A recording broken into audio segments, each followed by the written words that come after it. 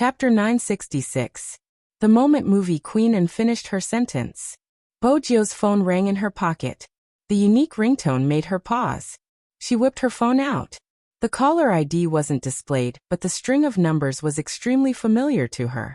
Besides, she knew that Hoshino wouldn't have called her if it wasn't something serious. Bojio turned to movie queen in apologies. I have to take a call. Then she stood up. When she reached the entrance, her entire aura changed, especially her eyes, which seemed to be covered with a layer of light. It made her look like a devil in the night, dangerous and mysterious. Hello. Something happened to Rao Rong. Hoshino swiped the screen. Everyone in the esports industry is saying that there's something fishy about your match. Fishy? Bojio arched a brow. MMH. Hoshino replied. Someone said that Rao Rong didn't go all out in the match and lost intentionally because someone placed a bet on the match. If Supreme Alliance won, the other party would earn a lot. That isn't all. The crime squad has taken Rao Rong away, claiming that there is evidence pointing towards Rao Rong being the mastermind behind the maiden's sacrifice. The organization wants to push Rao Rong out to divert everyone's attention. Bojio's gaze deepened. The son of a hero shouldn't be treated this way. Rao Rong worked harder than anyone else in that match. If it wasn't for him, the other party would have lost badly. Hoshino broke into a warm smile. Shall we take action? MH. Bojio glanced at the sky. Let's meet outside the police station. It seems like you've already thought of a way to slap them in the face. Hoshino hooked the keys on the table. I'll prepare the costumes and props. Which one do you need? Bojio took a moment. A wooden guitar, a white t-shirt, a black trench coat, a mask, hair dye and a motorcycle, something cool. What are you going to do? Hoshino glanced down at the information in his hands. You're going to use a guitar? Bojio lifted her lips, a hint of devilishness in her eyes. Since I'm returning, I need the audience to prove it. If not, I won't be able to answer to their efforts in impersonating me.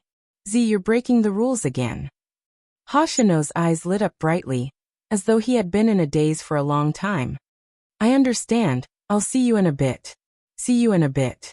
Bojio hung up and turned towards movie queen, who was watching her. She felt slightly embarrassed. She wanted to see the Almighty again, but time was tight, and he might not want to see her. Bojio knew that the Almighty was still angry, and it would be best if she could stay. But compared to that, she had more important matters to attend to. Antian, I have something urgent to attend to. I have to leave. Movie queen could tell from Bojio's expression that the youngster had something urgent to attend to. At her age, she was able to see the bigger picture. All right, you can go ahead. It's time to make my cold son anxious. Otherwise, he will never understand that sincerity is the most important thing in a relationship. Brother Mo is great. It's my fault. I wasn't sincere enough. Movie queen watched the youngster's serious expression and couldn't help breaking into a smile. Who would take the blame? Her cold son must have accumulated good fortune in his previous life to have met such a sensible child like Gio. Movie queen glanced at the youngster's serious face and couldn't help but laugh. Who would take the blame? Her cold son must have accumulated good fortune in his previous life to have met such a sensible child like Gio. Movie queen chuckled. Gio, you'll be at a disadvantage. If he dares to bully you in the future, tell me. I'll be on your side. Movie queen chuckled. Gio, you're at a disadvantage. If he dares to bully you in the future, tell me. I'll be on your side. Movie queen chuckled. Gio, you'll be at a disadvantage. If he dares to bully you in the future, tell me. I'll be on your side. It had been the same when she had been young. On the surface, she seemed to be at a disadvantage. But in reality, every time something happened, he would be the one shielding her. A family like Madame Anne's had high standards for upbringing. Grandpa Anne was even more so. He had raised the Almighty like a prince. He played the piano well and knew how to play chess. While she had been wandering outside like a clay figurine, the Almighty had come to meet the foreign guests in his little suit. The Anne family's house was right next to theirs. Even though it was the same villa, the Anne family's house was clean. Every time she climbed over the wall and knocked over a flower pot, Grandpa Anne would ask, and the Almighty would say that he had accidentally knocked it over. There had been one time when she had opened the family's safe. The Almighty had taken the blame for her. He had been punished by Grandpa and to stand for a long time. If it had been the Almighty, he would never have made such a mistake. In his eyes, such mistakes were childish. He had never been punished by Grandpa, and Bojo could still remember the way her little puppy had stood in the middle of the living room. He hadn't been impatient at all. But he hadn't been happy at that time. When he had tugged her hand over, his expression had been cold. "Little Bojo, are you an idiot? Bring the medicine box over. Bring me the first aid kit. If I find any blood on your hands on my sheets, I'll throw you out the window." Bojo was used to such threats. She didn't think much of it. Besides, the Almighty had been the one who had bandaged her hand. He probably didn't mind it being dirty. That day, she had hugged her little puppy and slept soundly. Before he had fallen asleep, he had muttered in her ear, "You're so stupid. I guess the safe has to be changed." From that day onwards, all the locks in the family's house had been changed to electronic. Back then, Bojo had told herself that she would take good care of her little puppy. That was probably the reason why Bojo didn't want to receive that person's hateful gaze one day. Movie Queen watched as the youngster lowered her gaze. She reached out to push Bojo, a faint smile on her face. She had the demeanor of a mature queen. "All right, you can go now. I'll talk to Brother Mo." Bojo didn't have time to stay any longer. But it was good that she had left. The Almighty would probably come down for dinner after she left. After leaving the military courtyard, Bojo glanced at the time on her phone. Then she hopped into a taxi. As the city lights lit up, the night came to everyone's side. The nightlife in the city center started to get lively. There would always be many people near the commercial plaza. The most eye-catching advertising screens hung on the skyscrapers. Everything was a show of life. In the study room on the second floor of the Chin family's house. Chapter 967. The computer screen lit up, a familiar sound reverberating in the study room. It was the sound of a player entering the game. It could be said that this was the first special effect used in the video. As the video unfolded like a story, the game characters appeared. Chinemo looked at the two familiar IDs, his eyes widening in shock. This was before that guy had joined Supreme Alliance, when they had cleared a dungeon together. No, that wasn't right. Chinemo looked at the video, his game character and the youngster's game character dashing towards the other party's wilderness like two gusts of wind. This wasn't just a video of them clearing the instance. It was all the video clips of the two of them fighting side by side. From the moment they first met to the current National League, every scene was presented in this manner by her. Of course, Chinemo knew how much time and effort it took to edit these videos. Moreover, some scenes had to be searched. He had originally thought that this was the end. But it wasn't. At the end of the video was the photo they had posted on their official Weibo. A line of words appeared on it. "I hope to have someone like you, like the cool breeze in the mountains, like the warm light in the ancient city, from morning to night, from the wilderness to the canyon. As long as it's you, it's all good." Chinemo didn't head down because he had seen this video clip. It wasn't long, only around 7 to 8 minutes, but it was hard to believe that it was during normal times. But when he saw the last sentence, Chinemo forgot to move. He just stared at the computer screen. For the first time, he felt that even if it was out of his control, it wasn't a bad thing. His heart seemed to be struck by something. He couldn't help but stand up and walk down the stairs, his eyes scanning the surroundings as though he was looking for someone. There wasn't anyone on the sofa, at the dining table, or even in the kitchen. Chinemo wanted to search the other side. Movie Queen walked over and stopped him. "You don't have to look, he has left." Chinmo's fingers paused, his brows furrowing. "Left? It should be something urgent, you." Before Movie Queen could finish her sentence, her well-mannered son grabbed his jacket from the sofa and walked out the door without turning back. He was still fuming. It was rare for Movie Queen to be so impatient. She strode over. "Son, don't blame me for not reminding you. Gio seemed to have received a call from a friend. It seems like that friend treats Gio pretty well. You have to understand that there are many people who have feelings for Gio. If you continue to be so cold, you might really lose Gio. It's better to have a sense of crisis in a relationship." Even without his mother's reminder, Qin Mo already knew. Otherwise, things wouldn't have turned out this way. Perhaps in the eyes of others, Qin Mo could get whatever he wanted and had the dominant position in this relationship. But in reality, if anything happened, she would be the one who could leave easily. However, it was enough. After Qin Mo saw the video, he told himself that since she didn't want to say something, there was no need to say it, including Hoshino. All he wanted to do now was find that girl, take her in his arms, and tell her that she belonged to him. Chapter 968. In the early summer, every city had its own way of life. Northerners liked to drink beer with spicy crayfish and meat skewers. Southerners rarely ate spicy food, but they would go shopping with a few girlfriends. Although these were different, there were still similarities. There would be many people gathered in the commercial square of every city. It was even more so in a metropolis like Jiangcheng. The big screen hanging on the building was very high visibility. Not only the people standing there, but even the cars going back and forth could see clearly what was on it. Under normal circumstances, it would be the advertisements of various celebrities. At around 7 p.m., the sky was not dark yet. This was the time when Jiangcheng was the most congested. In the middle of the bustling street, located in the commercial city center, was a landmark of China. Cars that came here would have to wait for a period of time, even if they were unwilling. Everyone knew the reason. It was too risky. The commercial square had a wide range of activities. There were coffee shops like Starbucks, Burger King, etc. There was also a small fountain in the middle. Many people were walking back and forth. There were young people chatting, old people with children, and even a group of cool high school students playing skateboards. At this time, a pure black tomahawk, like a beautiful wild leopard, stopped in front of the fountain with a swoosh, and a handsome tail swing attracted almost everyone's attention.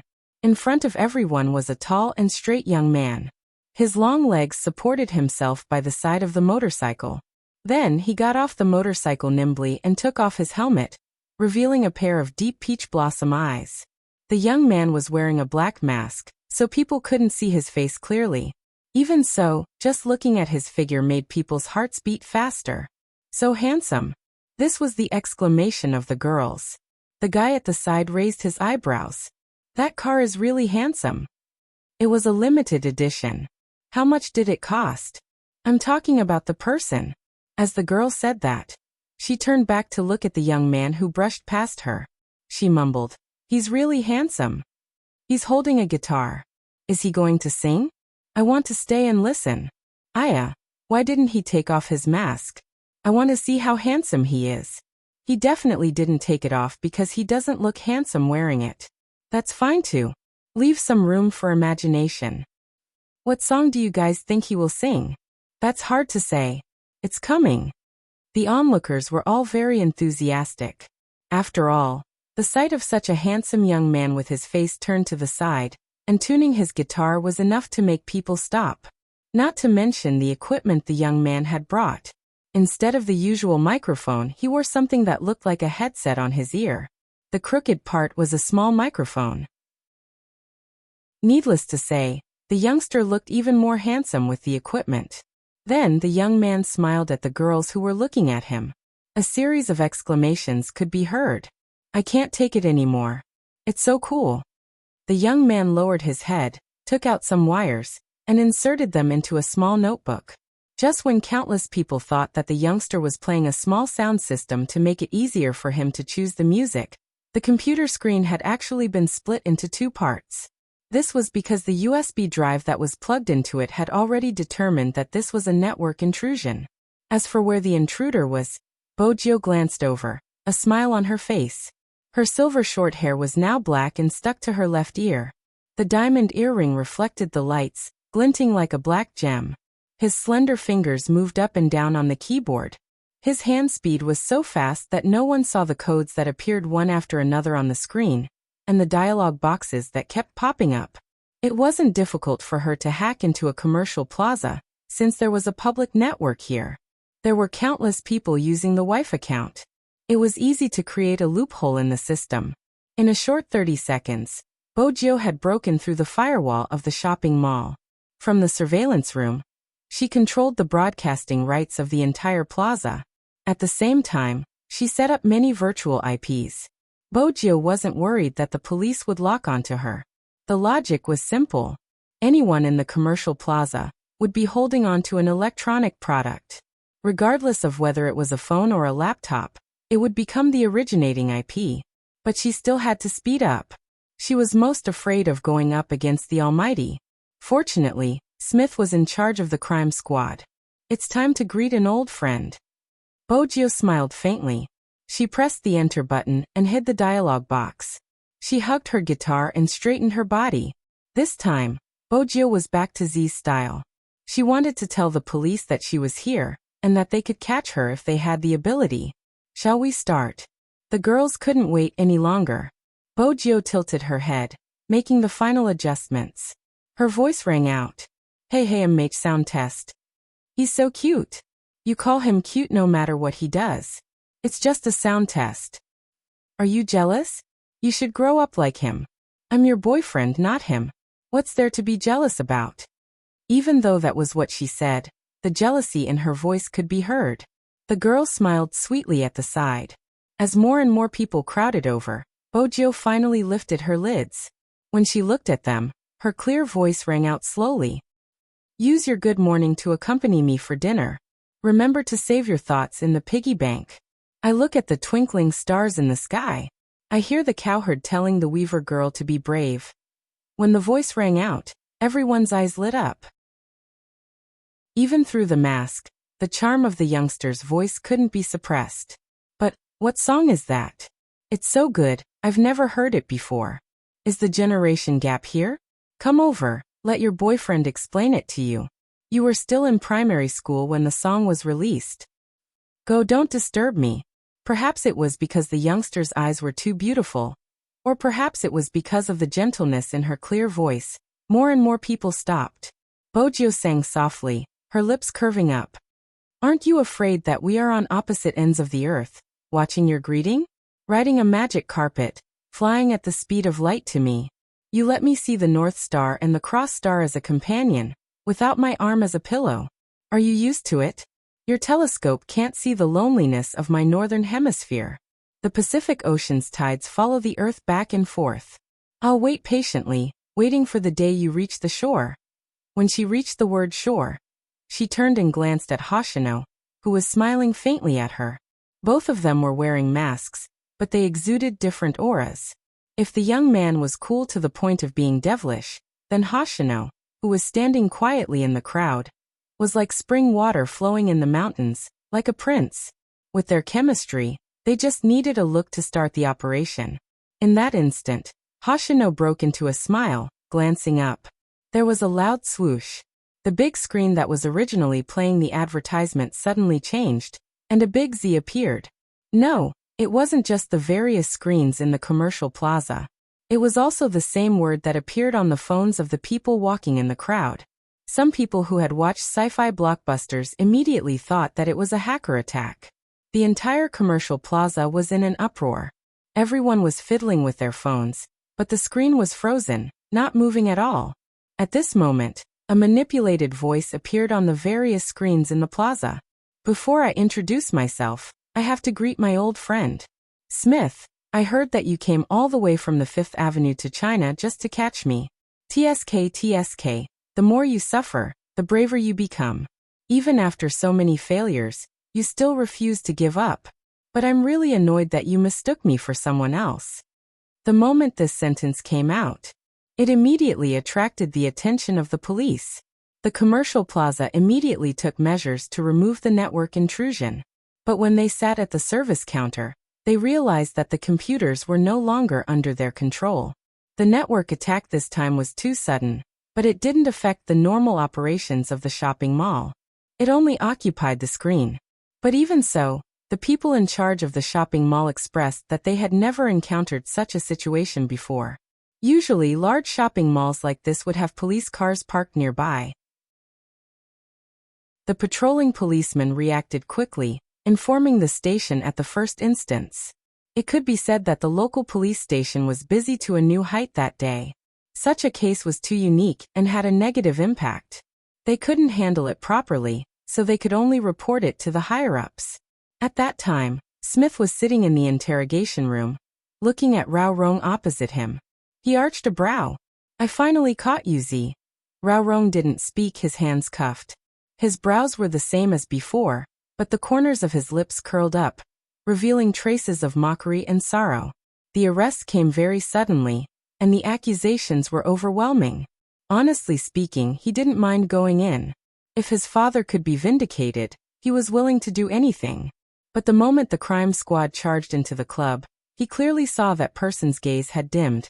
He was probably disappointed, be it him or his team members. Rao Rong lowered his lids, glancing at his cuffed hands. Who knew that he used to really love esports? "Why aren't you speaking, Z?" Smith chuckled, looking confident. "You don't have to think of an excuse to escape. China isn't like the Fifth Avenue. You can't escape even if you want to." While Smith was speaking, Lin Chuntao and his team members were being interrogated beside Rao Rong. "Regarding Rao Rong, I would like Mr. Lin to provide us with some evidence," the interrogator said politely. Lin Chuntao hadn't said a word since he entered. As the most powerful witness, they had to pry his mouth open. But his demeanor made it difficult for them to get any information out of him. He was good-looking and talkative, but at this moment, Lin Chuntao was more silent than anyone else. "Mr. Lin." The interrogator was about to take the gentle route. Lin Chuntao suddenly spoke, his voice low. "Do you know that person?" "What?" The interrogator couldn't react. Lin Chuntao glanced up, his eyes bloodshot. "Rao Rong, what kind of person is he?" The interrogator remained silent, glancing at one another. Lin Chuntao didn't seem to care what others thought of him. "When I first joined the team, I was always at the bottom. My hand speed wasn't fast enough, and I couldn't keep up with my tactics. Many rookies weren't willing to team up with me, feeling that I was a burden. They blocked me in the changing room and forced me to leave the team. It was the captain who stood in front of me, telling me that talent was important but hard work was more important. He told them not to form small groups and ostracize other members. For the sake of the team's victory, he would stay up until 1 in the morning to study the best strategies of each member. He would often lie in front of the computer, revealing the brightest smile for every victory. When he lost, he would tell us that it didn't matter, we could try again next year. How could such a person purposely lose the National League for money? Back then, when the relationship between the team and the club was at its most tense, he took the risk of being frozen by the club to speak up for us. Many companies tried to poach him, but he didn't leave because of us dragging him down. Do you know what the older members repaid him with? They forced him to leave the team, causing him to waste 2 years in esports. The club kept sending in useless relatives. If it wasn't for the captain, we would have died horribly against Supreme Alliance. The interrogator paused. "Mr. Lin, I know you have a good relationship with Rao Rong, but this isn't the time to be emotional. If you can provide us with evidence, we will be able to get to the bottom of the case." "I don't have any evidence." Lin Chuntao's gaze was resolute. "Because I don't believe Captain is that kind of person." The interrogator knew he wouldn't be able to get any results even if he continued, hence he left the room. He shook his head at Director Huang. "It's too difficult. Any progress on Smith's side?"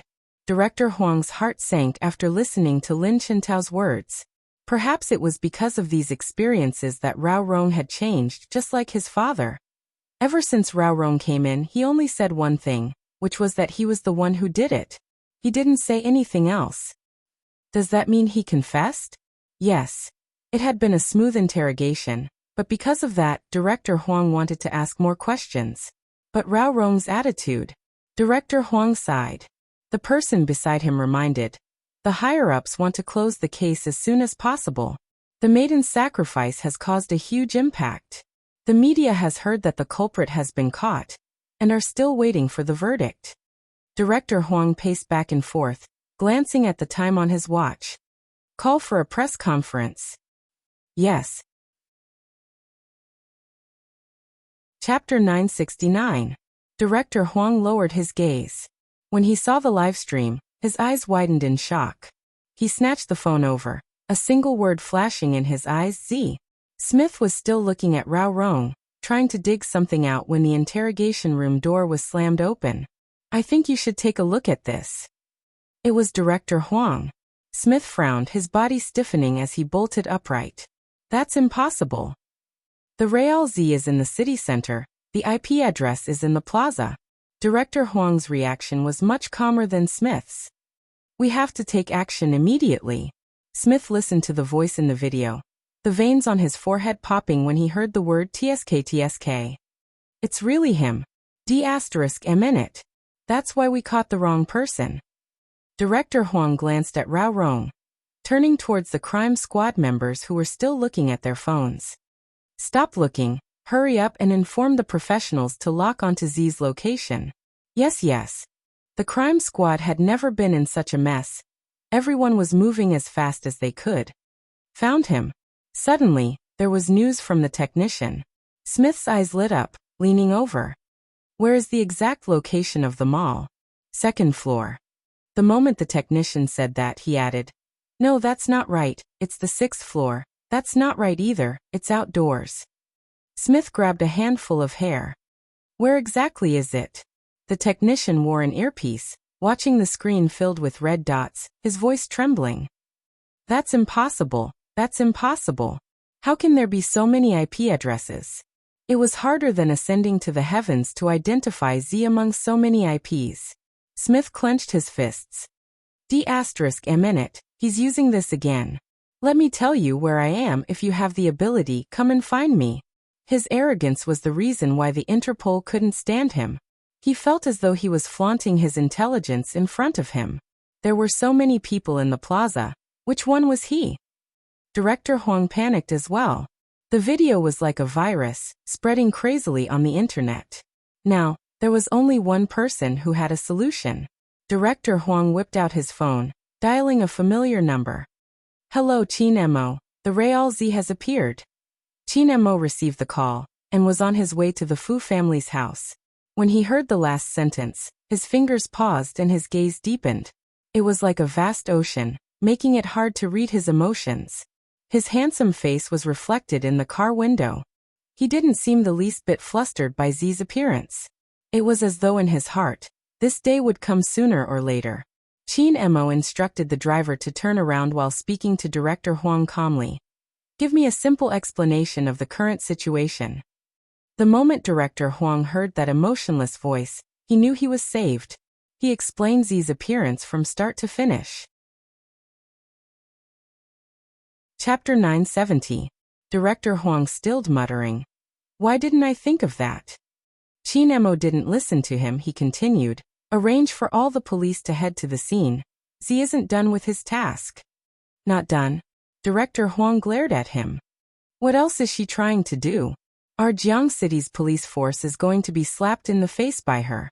Qin Mo glanced out of the car window, his gaze deep. "You caught the wrong person. She is seeking justice for Rao Rong." Director Huang paused. "It's our fault, but Rao Rong has admitted to the crime. I can't do anything about it. Send people to the scene." Qin Mo's tone remained the same. "Move in plain clothes." Director Huang replied, "All right." He then asked, "What about you?" Qin Mo glanced at the long queue of cars in front. "I'm rushing over." "That's good, we have to catch Z. You don't know how passive I am after her actions. I still have to explain to the higher-ups. Before Director Huang could finish, Qin Mo hung up. Director Huang choked. Why did he feel that Qin Mo was still the same as before? He didn't like to hear Z's bad points. In reality, Director Huang didn't know that he wasn't the one who felt passive. Instead, he was sitting in the dorm room, staring at her phone, her left hand clenching tightly around Fanjia. Due to the commotion caused by the incident, the other roommates in the dormitory were also watching. After a girl saw the video, she couldn't help but sigh. "I always feel that Z is very handsome. What's going on?" Fanjia lifted her head abruptly. The girl was taken aback by her stare. For some reason, she felt a chill run down her spine. What's wrong?" "Nothing." Fanjia held onto her phone, a sweet smile on her face. "I'm going out for some fresh air." After walking out of the room, Fanjia's expression sank. Z was still alive. How was that possible? She hadn't seen Z's face, but she knew some information. At that time, they had clearly set up a plan to kill that person. Why was Z back? That wasn't all. She was in Jiang City. She was right beside them. D***A*. Fan Jiao swung her arm, smashing her phone against the wall. Z. Who exactly was it? It was destined to be a restless night. The Major Crimes Division mobilized all available vehicles, just to encircle an international criminal. Regarding the maiden's sacrifice, you don't have any leads, but I can provide you with a few clues. Smith, my old friend, the mastermind is a girl, a student from a university. She isn't even 23 years old, and has a sweet appearance. She can't be the Raorong you caught. I'll show you the evidence later. No, I'll show everyone the evidence. There was once an esports player who wanted to seek justice for his father after losing his father. He took many detours, but he had never let anyone down, and wouldn't fight a meaningless competition for money. Why did he come out? He wanted to tell the female student who impersonated me that your hacking skills aren't up to par. When the people in the commercial square heard the last sentence, there was an uproar. Some of the police officers at the scene had already started to intervene. Chapter 971. Look. The audience surrounding the youngster suddenly pointed at the big screen behind the youngster when they heard the high-pitched singing. At this time, the content above had changed.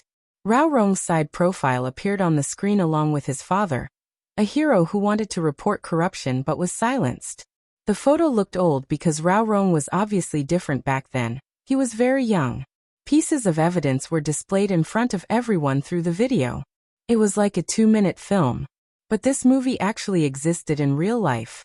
It included the scene where Raorong was chased out by the club, and after his return, he didn't hesitate to offend the club in order to replace the worst player the investor had arranged. And what Raorong had said at the end of the competition. At this moment, it wasn't just the people in the square watching the video, there were also Rong fans holding onto their phones, suddenly feeling like crying. They had liked this person for a long time. Those who had been with him till now all knew what kind of person he was. That person was the strongest sorcerer in the esports scene, one of the 3 pillars along with Almighty Xiao and Almighty Qin. He wouldn't play an esports match that went against his own conscience for money. He wouldn't really lose his humanity. There was too much unfairness when it came to that person. It would indeed cause a person to be twisted.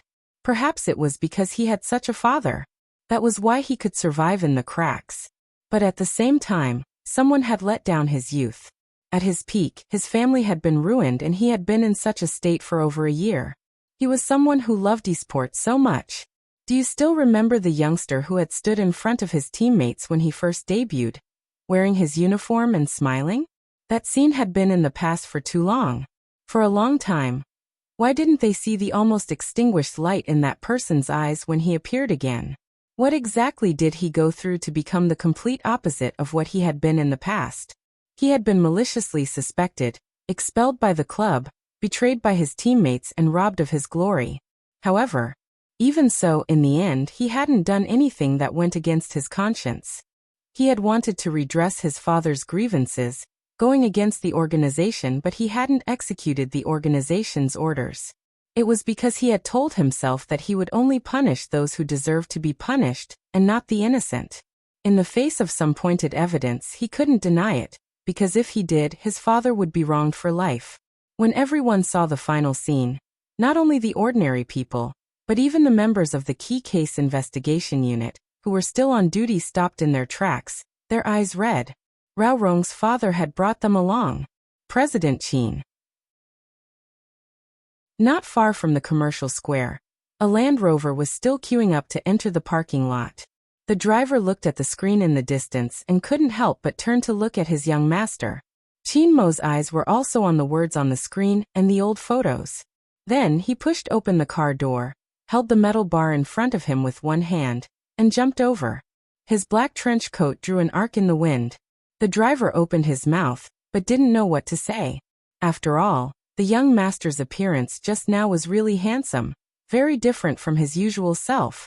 Just as everyone was looking up at the big screen, Qin Mo walked into the crowd, holding his phone as he dialed Director Huang's number.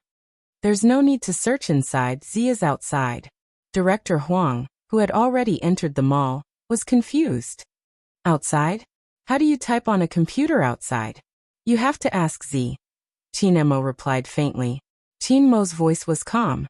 The view isn't as good in the mall as it is outside. Also, we can see the police's movements from here.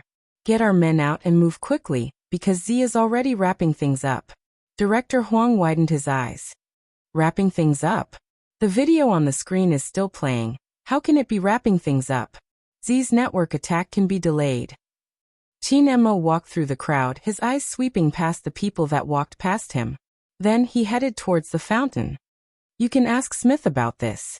Director Huang pressed his throbbing head. Smith has already gone crazy. Is that so? Z slapped him in the face. This method is indeed maddening. The higher-up should have taken action. Do you still have Rao Rong's father's file? I want to take a look. Qin Mo's gaze was as deep as the night, walking as though he was searching for someone. Director Huang fell into a rare silence. It's a little difficult. It has been more than a year, and it will take some effort to present some evidence. But for his case, the difficulty lies in the fact that the person in charge of his sentence and the file management has already retired.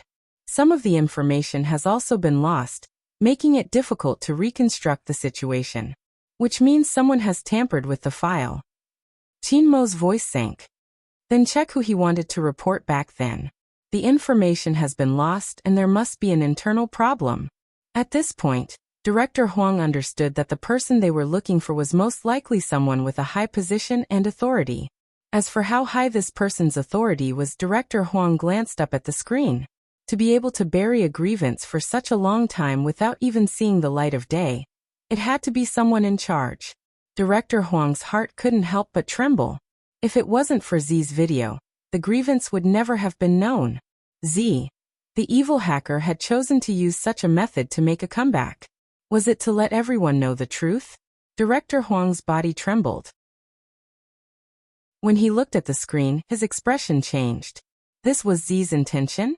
In that moment, Director Huang seemed to understand why Qin Mo had never believed Z was the culprit from the start. Even if their modus operandi was very similar, even the way they acted was 90% similar.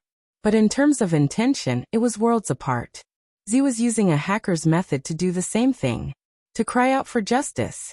To let the truth be known, and to return justice to the victim. Even so, Director Huang didn't believe their path was the same. Because they had to consider more. That was right, someone like Z would become the ideal hero in everyone's heart. But to maintain peace, they had to rely on the strict policemen who were constantly on the move, and didn't even have time to eat when they were busy. Against Z, even Director Huang felt that it was a pity. But he still had to say that people with different beliefs couldn't make plans together. In the past, Qin Mo had deviated when it came to Z. Therefore, this sentence could not be more suitable to be used on these two people. Among all the criminals, Z was the only one who could earn Qin Mo's praise, no one else. But a criminal was a criminal after all. He believed that Qin Mo had a balance in his heart. And now Z had appeared again. Even he didn't know how Qin Mo would deal with it. Outside the plaza, the crowd was surging. The video on the screen was still playing. Qin Mo suddenly paused, the corners of his eyes arching. Where was the singing coming from? He furrowed his brows for a moment, then followed the sound and quickly walked over. At this moment, the singing stopped. Qin Mo's eyes dimmed in that instant. At this moment, the youngster in the middle of the plaza removed her guitar from her neck, placing it behind her back. Bojio's actions were natural, just like a singer by the side of the street, packing her belongings and heading home after encountering trouble. She bent her long legs, closing the laptop on the ground. The speed was still running. There was a minute delay. To Bojio, a minute was enough. She turned, but didn't go to the motorcycle parked at the parking lot. Because she knew that if she rode the motorcycle now, it would be a signal to the police that she was there. She carried the guitar and walked into the crowd. Bojio was still wearing a black mask. Even though the police had moved from the inside to the outside of the mall, there were two policemen who brushed past her. They didn't notice that the person they were looking for had walked past them, heading towards the crowd. Bojio didn't walk quickly, because most of the people around her were still immersed in the video. Their emotions and walking were heavy. At this moment, it wasn't a good thing to walk quickly. Some of the girls watched as the youngster, who had mesmerized them, walked with them, their hearts beating faster. They hadn't expected the youngster to walk in the same direction. They wanted to ask him where he was going, and if it was on the way. Just as the girls' faces turned darker, the youngster suddenly glanced up. The young man suddenly looked up and saw a tall and straight figure standing in the crowd. It was as if he was a god waiting for a rabbit to come to him. Bojio's fingers stilled, her pupils trembling. She started to analyze the situation. There was still a distance to walk from here to there. But she couldn't just turn around and leave, because that would only make the Almighty notice her at first glance. Hence, she could only face him head-on. This situation was similar to the first time they had met at the Fifth Avenue. The difference was that Bojio already knew how formidable her opponent was. She had seen the Almighty, but he hadn't seen her. Even if he had seen her, she had disguised herself. But Bojio wasn't sure if her disguise would work in front of the Almighty. Bojio watched as the distance between them shortened. Her left hand, which was in her pocket, clenched tightly. 90 meters. 80 meters. 70 meters. 60 meters. Bojio counted the numbers in her mind. There were 2 times when the Almighty's gaze swept over her. Her heart didn't seem to belong to her, beating rapidly. She had to think of a way. Otherwise, it was very likely that he would be recognized. Chapter 972. Hoshino, who was as gentle as jade, reached out to press down on his earpiece. "I'm here." Create a small commotion to divert Chinmo's attention. When Bojio spoke, she tilted her head. Her voice was so soft that no one around her could hear what she was saying. "Chinmo?" Hoshino adjusted his position, catching sight of the tall and aloof figure. His fingers paused. "Okay." The moment Hoshino said okay, Bojio and Chinmo were only 20 meters apart. If it wasn't for the person in between, it would have been 20 meters. If it wasn't for the person in between, the Almighty would have recognized her. The Almighty would have recognized her long ago.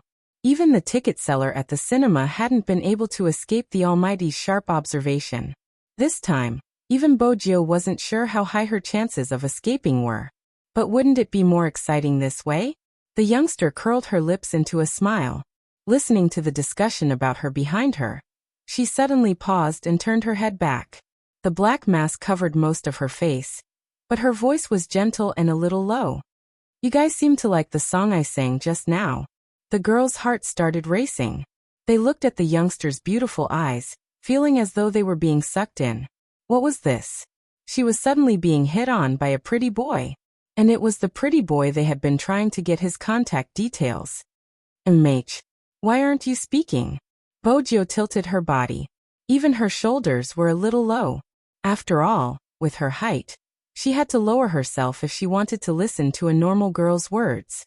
The young man's shoulders were lowered, as though he was listening to what she had to say. The scent of the young man wafted towards her, and a pair of deep eyes stared at her. He was so handsome that it made her breath quicken. Any girl would feel their heart racing when they were stared at like that. The girl who was being hit on felt a little dizzy, her cheeks flushed. "MH, I like it. I'm planning to sing at the next intersection. You can follow me if you like." The youngster's gaze was so sincere, her aura gentle and gentle. It was hard to resist. "Follow, you have to follow. He's asking me out. He's definitely asking me out." The girl smiled happily. Bojio maintained their intimate position. There were still 5 meters left. At this moment, Chinmo's gaze landed on him. Not far away, a loud and clear sound suddenly rang out. "Z. Where's Z?" No one knew who said it, because it came from the crowd. But it was such a sound. This attracted the attention of all the police. In addition, there was a person who was flying through the crowd. His speed was so fast that the people on the other side immediately moved. Even Chinmo's figure shifted for a moment. But it was only for an instant. As soon as he took a step forward, he immediately retracted his leg. Those eyes were very deep. "Don't go over." He spoke to Director Huang through the Bluetooth earpiece. But it was too late. Once they took action, there was no turning back. This was the norm when carrying out a mission. In addition, there were so many people in the commercial square. Even if an order was given, it would be very difficult to return to its original position. However, this also showed that the person was very close to him. Sun Tzu's Art of War. A diversion. Qin Mo's handsome side profile was more dignified than ever. The corners of his lips lifted slightly, his eyes sweeping across everyone around him. Qin Mo's smile made Bo Jiu feel danger. Even after such a huge commotion, the Almighty still hadn't left. The immense pressure was similar to the time she had been in the Fifth Avenue. She had avoided the police easily, but not this person. Her wig had been removed, and she had been forced to fight. Today she didn't want to fight. Because if she fought, she would definitely lose her position. Losing her position meant that her identity would be lost. Fortunately, she was prepared. She was prepared to prevent the Almighty from falling for her trap. To be honest, everyone who played hero had a lot of tricks up their sleeves. Under normal circumstances, the culprit would appear. Wouldn't an ordinary person move? The Almighty stood there without moving, as though he was waiting for her to come to him. Bo Jiu arched a brow. Just as she was about to meet the Almighty, she suddenly turned and asked the girl beside her, "What's going on?" They seemed to be arresting someone. The girl only had eyes for the youngster. Bo Jiu laughed lightly, her tone natural. "Do you want to take a look?" "I don't think so. Will it be dangerous?" After all, the commotion was huge. She wasn't sure what would happen. Were all boys curious? The girl tilted her head towards the youngster wearing a black mask. "All right then." Bo Jiu sounded helpless. She raised her left hand and pressed onto the backpack on the girl's back. Her voice was low and warm. "It's a little heavy. Can I help you?" It's fine, it's fine." The girl blushed. "You can just stand beside me. Why do you need to carry the backpack?" Bo Jiu laughed softly. "I really don't know what to do with you." That pampering tone. Someone was drunk. Some people frowned slightly when they saw this scene. The latter was Qin Mo. The moment he locked onto the youngster, he almost suspected that he was the person he was especially familiar with. However, their posture was too intimate, as if they were a couple who had just started dating. Z wouldn't bring a girl with him. Besides, the intimacy wasn't fake. It shouldn't be. There wasn't any time for Qin Mo to confirm anything. Amidst the crowd, the couple had already walked past him. Qin Mo glanced back, suspicion still lingering in his eyes. Walking in front, Bo Jiu could feel the Almighty's burning gaze behind her. It was as though he could see right through her. Fortunately, the girl reacted at this time. She blushed and said, "Can we always be together later?" Bo Jiu felt as though every girl was her angel. "Let me take a look if it's possible." It was this last interaction that caused Qin Mo to shift his gaze away from the youngster's back, towards the other person. In reality, Bo Jiu didn't know that it was her back view that made Qin Mo even more suspicious. Fortunately, Bo Jiu had prepared beforehand. Otherwise, it would have been difficult for her to escape this time. The girl was the key. Bo Jiu smiled. Successfully escaping from the Almighty was a great achievement for her. The girl watched from the side and couldn't help murmuring, "He's really handsome." It was also these 4 words that were faintly floating in the air, and the message within them was captured by others. Qin Mo, who had shifted his gaze away, suddenly turned his head back. His dark eyes emitted the fiercest glint. Actually, Qin Mo wasn't the only one who noticed the problem. Even Bo Jiu knew that there was something wrong with the 4 words. Which couple would use such a tone to compliment each other's handsomeness? *T flashed across Bo Jiu's mind. She was one step faster than Qin Mo. Before the girl could react, Bo Jiu heard the youngster apologize. He heard the young man say, "Sorry." Then she turned around. The youngster's black bangs scattered over her forehead. Her skin, which was not covered by the mask, was fair and translucent, as though there was no color in it. Her slightly pursed lips carried a trace of stubbornness, as though someone was about to recognize her, and she felt that this game was not that fun. The next second, she was pushed out by the youngster, her words echoing, "If I had a choice, I wouldn't want him to carry you." Mate? Before the girl could react, she was pushed into the arms of another person. The smell of peppermint tobacco made the girl pause for a moment. That person. The girl lifted her head for a moment, her attention instantly captured by the beautiful curve of his chin. Chin Emo furrowed his brows heavily. He moved her away and ran towards the youngster. Both their figures and skills were very beautiful and handsome. As they shuttled through the crowd, it was as if they were filming an American blockbuster. Bojio moved swiftly while observing her surroundings. She arched a brow slightly as she glanced at the figure in front of her. She took large strides forward, using the momentum from her body. With two loud thuds, under everyone's watchful eyes, the youngster leaped over the car and landed on the roof. F***ck, he's so handsome. This can't be a movie, right? Qinggong. It wasn't any Qinggong, it was ninja skills. As the young master of the hacker world, if she didn't have such skills, she wouldn't be able to make a living. But even so, when those girls saw this scene, they couldn't help but exclaim in surprise. The youngster standing on the roof was extremely eye-catching. She didn't forget to toss her guitar to the side when she did this. She successfully became a stumbling block for the person chasing after her. If it had been anyone else, they might have fallen. But the person chasing after her wasn't anyone else, it was Chin Mo. With a beautiful turn, he bent his long legs slightly and heard a loud thud. The guitar was kicked into pieces in midair. Bojio heard the sound but didn't even turn her head. Amidst everyone's exclamations, the young man took a step back and leaped from one roof to another like a bolt of lightning. Then he jumped out of the car. Taking advantage of the gap between the red lights, he rolled on the ground, got up, and dashed toward the opposite side of the road. Some people from the Key Case Investigation Unit noticed the commotion. But it was useless. The youngster wasn't just skilled. When this person moved, his speed was especially fast. Moreover, he was in the middle of the road. How were they going to catch him if he could use such a method? They could only rely on young Master Chin. That was what the crime squad members were thinking. He was too far away and they couldn't shoot him. At the start of the operation, young Master Chin had instructed them not to use guns.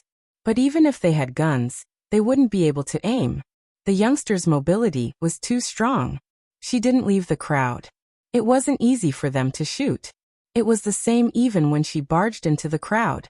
The crowd had assumed that the youngster would leave just like that. But what they didn't expect was that there was another figure following closely behind. His slender legs and his black windbreaker fluttered as he moved, making everyone feel that they must have come to the wrong place. To be honest, both of them were equally skilled and fast. The only difference was the length of their legs. Chin Mo's legs were longer than Bojio's, and the Almighty was good at predicting her escape route. The moment she moved, the Almighty would know where she would land. Hence, the distance between them narrowed. Just as she was about to be caught, Bojio turned and threw something behind her. Swoosh. It was a pack of cigarettes. As Chin Mo dodged, he asked faintly, "Don't you have anything else to throw?" Bojio didn't reply. Any turn would give the other party a chance to catch her. The Almighty's height and long legs gave him a natural advantage. Bojio ran, kicking the wall beside her. Using the recoil, she sped up and flipped over the railing in front of her. Still not giving up, Chin Mo arched a brow, rushing over. He didn't need to kick the wall to catch up to the cold figure. The difference in leg length was indeed useful at a crucial moment. Bojio didn't have anything else to throw other than the USB lighter in her pocket. But if she threw it out, her identity would definitely be exposed. Right at this moment, Chin Mo narrowed his eyes. He estimated the distance and reached out with his left hand, grabbing onto the youngster's shirt. Bojio paused. Without hesitation, she flipped in the air, using the recoil to temporarily escape the fate of being dragged back. But that wasn't the end. Chin Mo was already close to her. This meant that she would either win or be caught. The moment she thought about it, she would be met with shock or disgust. Bojio seemed to have an endless amount of energy. Her relationship with the Almighty was strained. If she was caught, everything would be over. With that thought in mind, Bojio lifted her leg and kicked towards Chin Mo. The sharp wind seemed to be able to split everything in half. Chin Mo took a step back, narrowing his eyes. He reached out once more, but this time he didn't grab her arm like he had done at the Fifth Avenue. Instead, He went for the black mask on the youngster's face. Bojo jolted. She used her left hand to block, turning beautifully. Even though the mask was caught, Chinemo couldn't see her face. But without the mask, she wouldn't be able to face the Almighty. Even if she made some adjustments, the Almighty would definitely recognize her. It was too difficult. Bojo jumped again, but this time, her luck wasn't as good. In order to avoid the youngster in front of her, she tilted slightly. It was this distance that allowed Chinemo to grab onto her shirt again. Chapter 973. In the nick of time. A black motorcycle sped by the side of the street. The person on top was wearing a helmet. His eyes were deep and he had a gentle aura. If it wasn't Hoshino, who else could it be? He held onto the handlebars with one hand, turning his body and extending his hand in her direction. Swoosh. The youngster moved in midair, grabbing onto the person's hand. With a flip of her long legs, she climbed onto the motorcycle. His speed was very fast, and his movements were as graceful as flowing water. The drivers in the cars parked by the roadside were dumbfounded. Even if the crime squad reacted, it wouldn't be of any use. The heavy-duty motorcycle, be it the size, appearance, or the sleek design, was a testament to its speed. It was like a wild leopard charging out, not easy to block. Chinemo stood tall and straight, his eyes looking at the tomahawk gradually disappearing into the traffic, as if he had been abandoned by someone. He slowly clenched the black mask in his palm, and the aura that emanated from his back was extremely cold. Director Huang stood opposite him. The moment he saw the person escaping, his breathing became heavy. When he caught sight of the black mask in Chinmo's hands, his eyes widened. You removed Z's mask? Did you get a good look at his face? Do you need me to contact a technician to draw out Z's facial features based on your memory?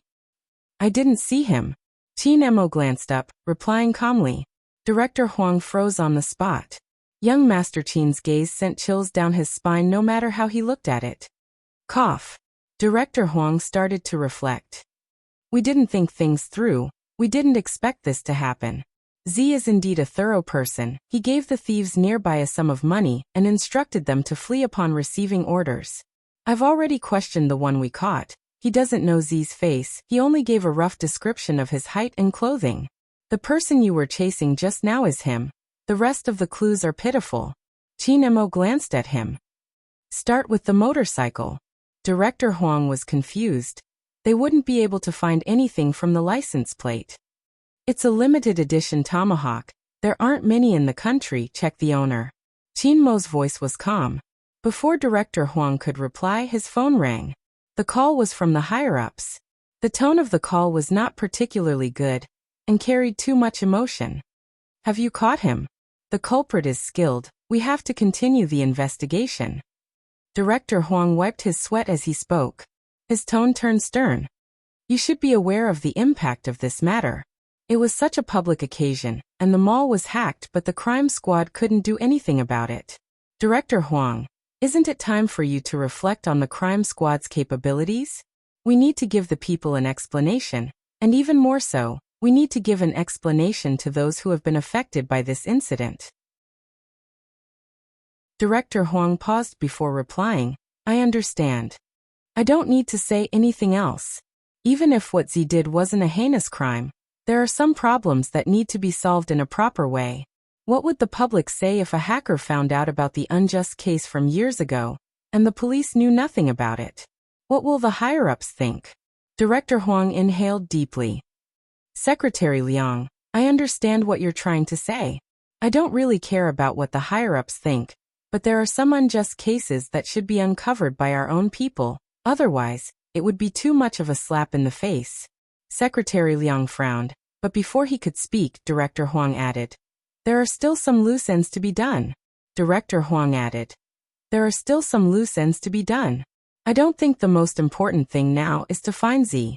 Instead, we should help an old comrade reverse the verdict and give his son an explanation. If it's really as the video says, that Rao Rong hasn't been able to seek redress for the past year, there must be an internal problem. Secretary Liang paused for a moment before saying, I agree with you on this point. I still have a meeting to attend, and it will be about today's incident. So, Old Huang, any evidence on your side is especially important.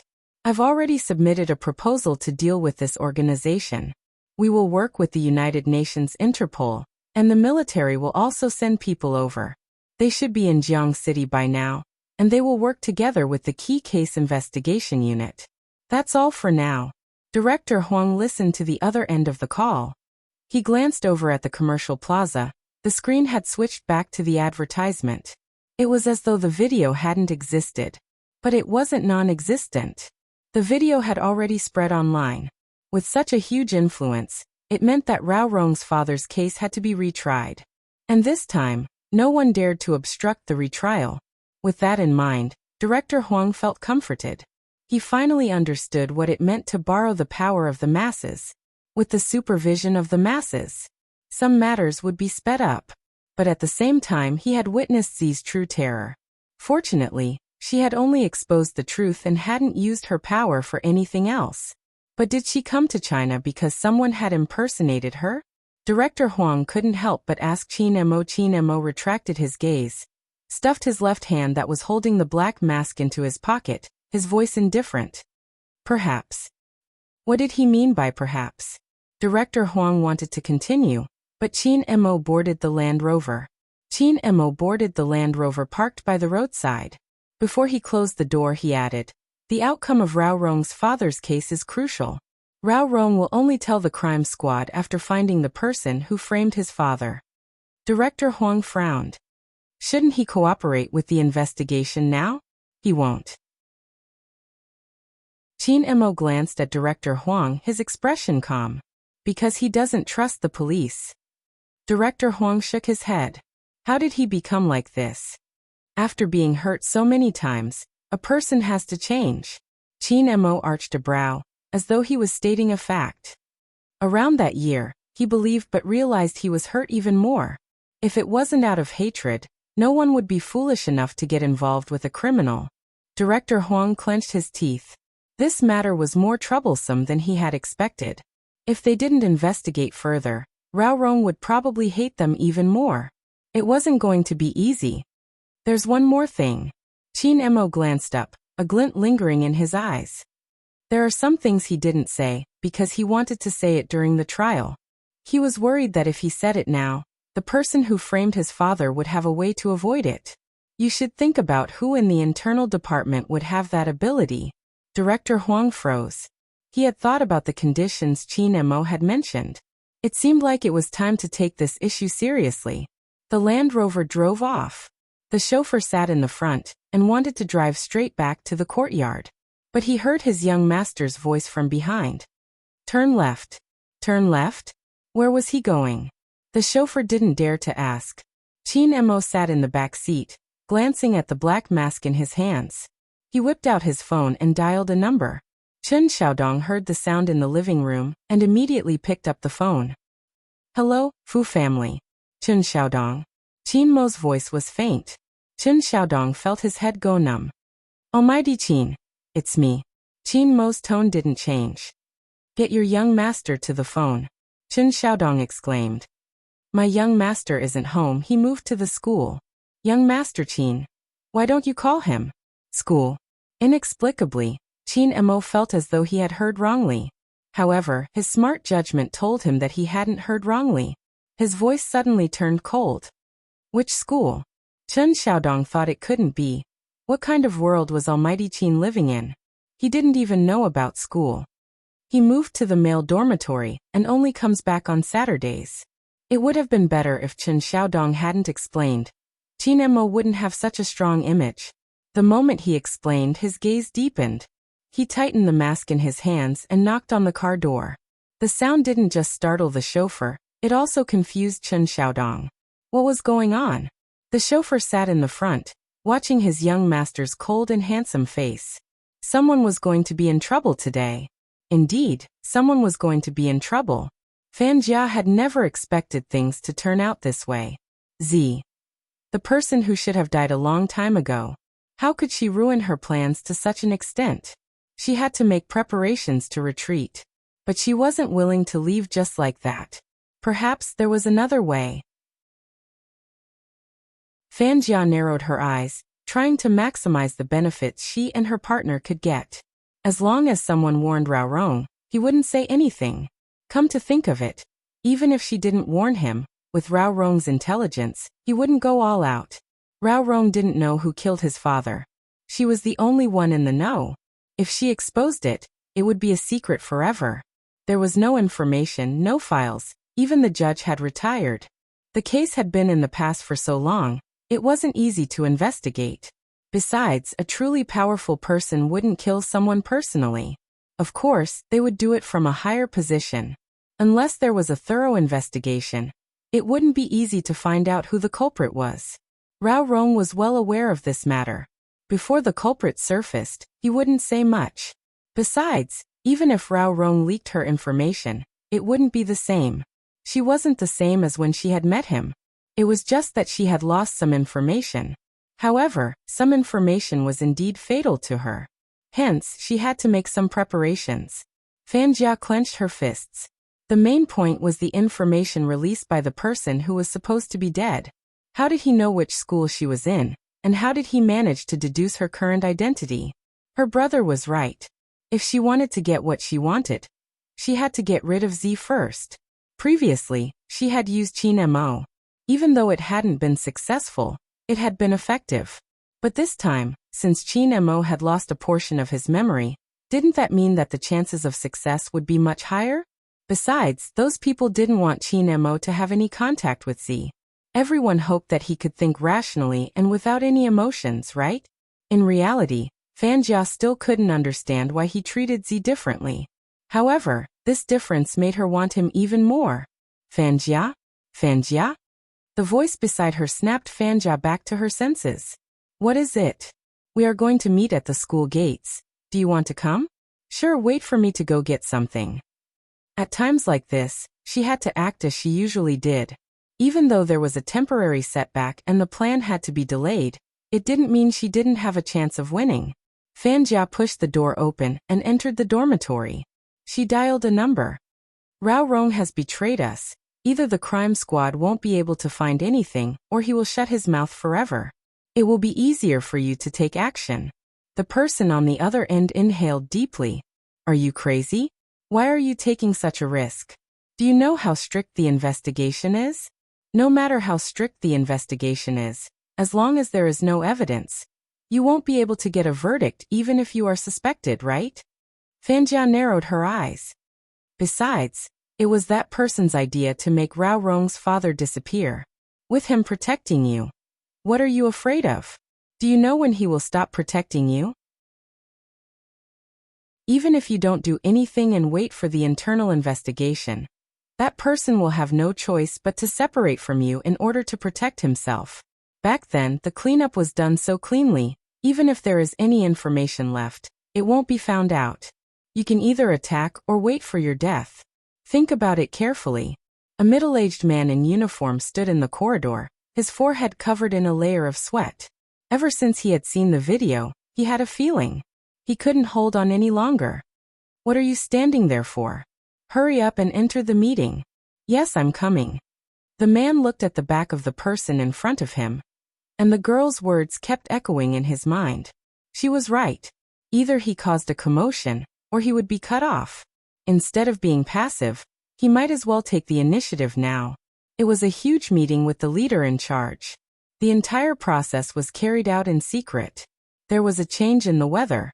The wind blew against the youngster's clothes, allowing her to relax slightly. She smiled. That was close. Hoshino did not comment. After all, every time the youth did something, it was to a certain extent. When was he not arrogant and bold? But Qin Mo was indeed the toughest opponent they had ever met. Drop me off at the front, I'll take the train back, it's one stop away. Just then her phone rang, the caller ID from the Fu family's house. Bojiu arched a brow. Hello. Young master, it's me. Chun Xiaodong seemed to have been triggered by something, his voice breaking. Bojiu replied. MH, I know it's you. Why? Young master Qin called just now, he wanted you to answer the phone. I told him you weren't home, you went to stay in school, but he seemed angry. I don't know why. Chapter 974. Young Master, isn't it weird? If young Master Chin wants to look for you, he can just call your phone. Why did he call my house? When I picked up the call, my scalp went numb. Even though young Master Chin's voice sounds nice, it's still scary. As a butler, Chen Xiaodong was a little naggy. But it was his nagging that made Bojiu frown. Xiaodong. Mh. Chen Xiaodong didn't understand why his young master was calling him that. Bojiu's gaze dimmed. I have something to do. I'll hang up first. If young Master Qin calls again, tell him I'm in school. That's what I said. Before Chen Xiaodong could finish his sentence, the busy tone came from the other end. Bojiu flipped over. She held her backpack with one hand and pulled open her jacket with the other. She tossed it into the bin at the side. Her movements were swift. Hoshino immediately realized something. Did something happen? Qin Mo is suspecting me.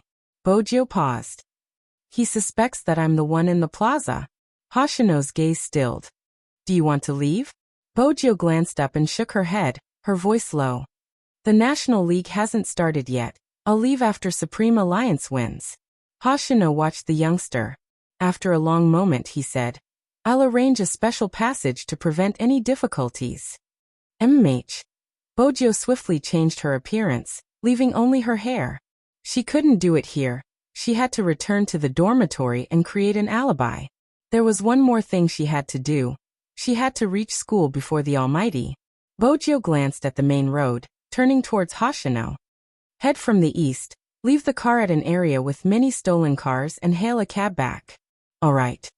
Hoshino's aura didn't change, his long legs supporting the left side of the motorcycle.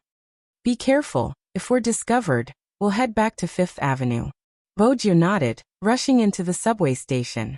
She glanced down at the time on her wrist, thankful that it was a traffic jam. If not, they wouldn't have been able to shake off the crime squad car so easily. But even so, there were still cameras on the road. The police might not have the video of them passing through the alleys, but as long as they appeared on the main road, there would be clues. Even if these clues were not found now, in less than half a day's time, all the major checkpoints would be checking the vehicles. Therefore, she and Hoshino had to seize the time and act separately. Bojiu had already thought about this. The only thing she didn't expect was the phone call from the Almighty. Just like what Chen Xiaodong said, if the Almighty was really looking for her, he could have just called her or sent her a WeChat message. But the Almighty called the Fu family directly. He wasn't looking for her. He wanted to see if she was at home, and if she had an alibi. Bojiu gripped the handrail in the train, her eyes bright. As expected, it was never easy to shake off the Almighty's pursuit. Her time was running out. Bojiu glanced down at her wrist. Once the train reached the station, she took large strides towards the crowd. Her speed was very fast. Her hair was still black, which meant that she had to wash off the paint on it. In order to prevent being caught by the Almighty in school, Bojiu chose to enter from the back door. This meant that she had to climb over the wall. The back door of number 1 middle school was next to number 2 middle school. Bojiu tugged her collar with one hand and was about to move. Before the thornhead youngster could walk over, he said, F***CK, it's already night time. Expert, why are you climbing over the wall?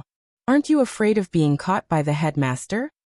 Bojiu paused, turning to look at a certain Chinibyu. Hey, your hair is dyed black. When I saw your back, my instincts told me it was you. I never expected it to be you. Bojiu held her forehead, sighing deeply. She scanned the things in his hands and pulled him over. You're wasting my time, do you know that? Bring the bowl of noodles over. Bowl of noodles? No, I was busy with my date and didn't have a proper meal. The canteen doesn't even cook. This is my only ration and I even snatched it from my little brother. Bojiu reached out. Give it to me. F***CK, you're robbing, do you understand?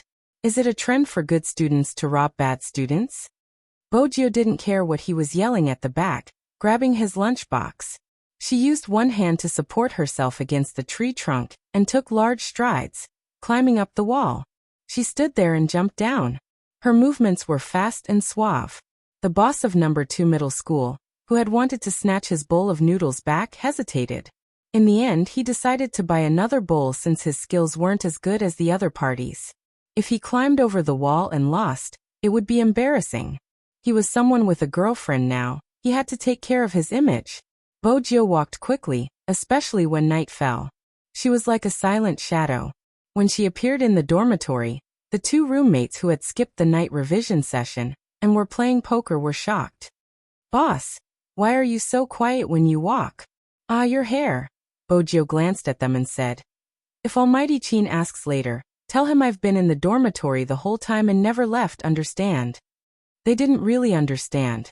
The two people who skipped class were confused, but looking at the young man's cold and ruthless face, no one dared to object. After all, the school hunk had won their respect from the moment he entered their dormitory. Even if they were suspicious that Almighty Chin's visit to their boss was just a fantasy, they couldn't expose it, right? Once she entered the dormitory, Bojio turned on the hot water and soaked the instant noodles before entering the bathroom. Number 1 middle school was indeed the best high school in Jiang City. Even the dormitory was a 5-star one with a shower area. Bojio glanced at herself in the mirror. She lowered her head and aimed it at the faucet of the sink, not caring if it was cold water or not. The white foam from the shampoo swept across the corner of her eyes, the dark color fading away slowly, returning to its original silver color. Outside the school, Jiang Zhua had rushed to the entrance after receiving the call. When he saw Qin Mo's cold aura, he couldn't help but ask curiously, "Young Master Fu just wants to stay in the dormitory and experience group life. Why are you so angry?" Qin Mo didn't reply, walking into the school entrance. The male dormitory wasn't far away. Jiang Zhua laughed mischievously. "It can't be, you still haven't settled that person." Qin Mo turned and glanced at Jiang Zhua, his tone calm. "You still haven't settled Shui Yaoyao and she seems to be rejecting you." Jiang Zhua's fingers stilled and he laughed. "Is that the same? You should know that I'm not as serious as you. I'm not bent by a single person, but what exactly is your little spade thinking? Does he want to stay in the dormitory and study hard? It can't be. We're here, this is the dormitory, I just found it for you." Qin Mo didn't say another word as he walked in. Even though number 1 middle school's facilities were good, it was a famous school with a long history. Hence, there weren't any elevators in the dormitory, which meant they had to walk up the stairs. The moment Qin Mo walked in, he attracted many people's attention. Moreover, Jiang Zhua was following behind him. The appearance of the two male almighties of number 1 middle school made everyone excited. The boys' world was that simple. To them, Qin Mo was the strongest boss in the history of number 1 middle school. They could see each other usually. After all, it was rare for Qin Feng to return to the school for a visit. But for him to appear in the male dormitory, it was a miracle among miracles. There were already many people taking out their phones to take pictures. Some of Qin Mo's fans were even more passionate, shouting from behind, "Almighty Qin, you have to win the National League." Qin Mo was already on the second floor. It was hard for him to react. Jiang Zhua chuckled. "You seem more popular than before. Supreme Alliance is really popular. How does it feel to be liked by so many boys?" "I don't feel anything." Qin Mo glanced at him, gesturing for him to shut up. "Wait for me downstairs. I have something to discuss with that guy." Jiang Zhua arched a brow, smiling. "You need someone to guard the door. I'll guard the door for you and help you clear the area. Up to you." Qin Mo went up to the 3rd floor and saw a group of half-naked high school students. They were holding a wash basin, baggy pants and a double trolley board. They were probably washing their clothes in the study room. Qin Mo frowned at their attire because one of them was running around in his underwear. Qin Mo's gaze turned colder at the thought of a certain someone living in such an environment. However, whether that guy really lived here or if it was just a disguise was yet to be verified. Along the way, they stepped on the rubbish on the ground. The smell spreading was definitely not pleasant. Jiang Zhua's faint smile finally broke. He reached out to press his nose and mouth. As for the boys on both sides of the corridor, when they saw the two of them, they seemed to be petrified and just stood there in a daze. There was only one thought in their minds. F***ck, why did Almighty Qin come to such a state? The one in his underwear was afraid of hurting Almighty Qin's eyes. So he hid behind the wall, covering his lower body with both hands, wishing that he was transparent. Humans were like this. If a bunch of guys were shirtless and didn't wear pants, no one would think much of it. But suddenly an extremely clean person came in. And that person was the idol of their male god, so their faces were a little hot. Four-Eyed, who was standing at the door with his lunchbox in hand, was also blushing. Who could explain to him what was going on?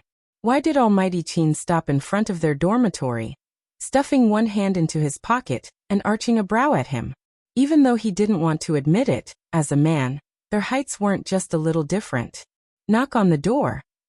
Qin Mo's voice had always been calm, but it always had a natural aura that made people who heard it want to execute it uncontrollably.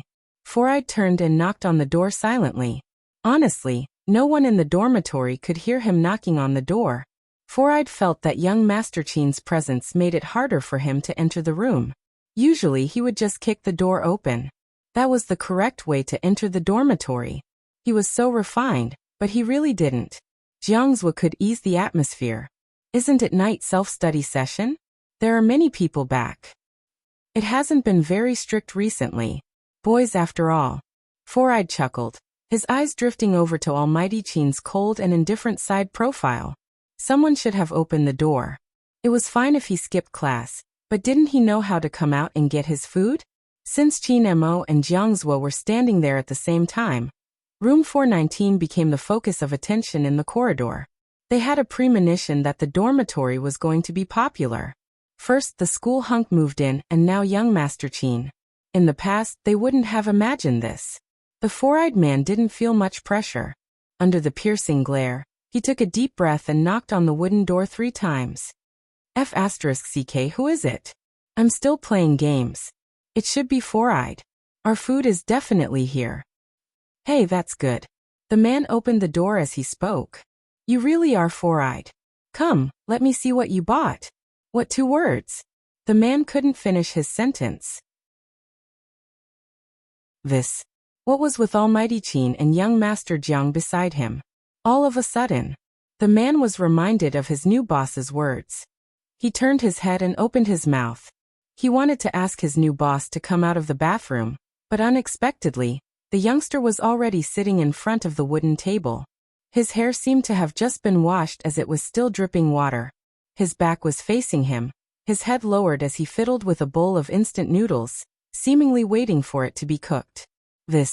When did the new boss come out? Wasn't he a little too fast when he opened the door? Qin Mo glanced up at the man who was petrified in front of him. He reached out to push him away and walked in. The man who was coming down from the top bunk almost tripped and fell when he saw this scene. When the man at the door snapped back to his senses, he called out anxiously, "Boss." When she had heard the knocking, Bojiu had already guessed that it was the Almighty. She arched a brow and turned back with the plastic fork that came with the bowl of noodles. The Almighty was standing at the messy entrance of the dormitory. He was dressed in a trench coat, his long legs tall and straight. His elegance and cleanliness were a stark contrast to the surroundings. No matter what, she felt a little guilty. Chapter 975.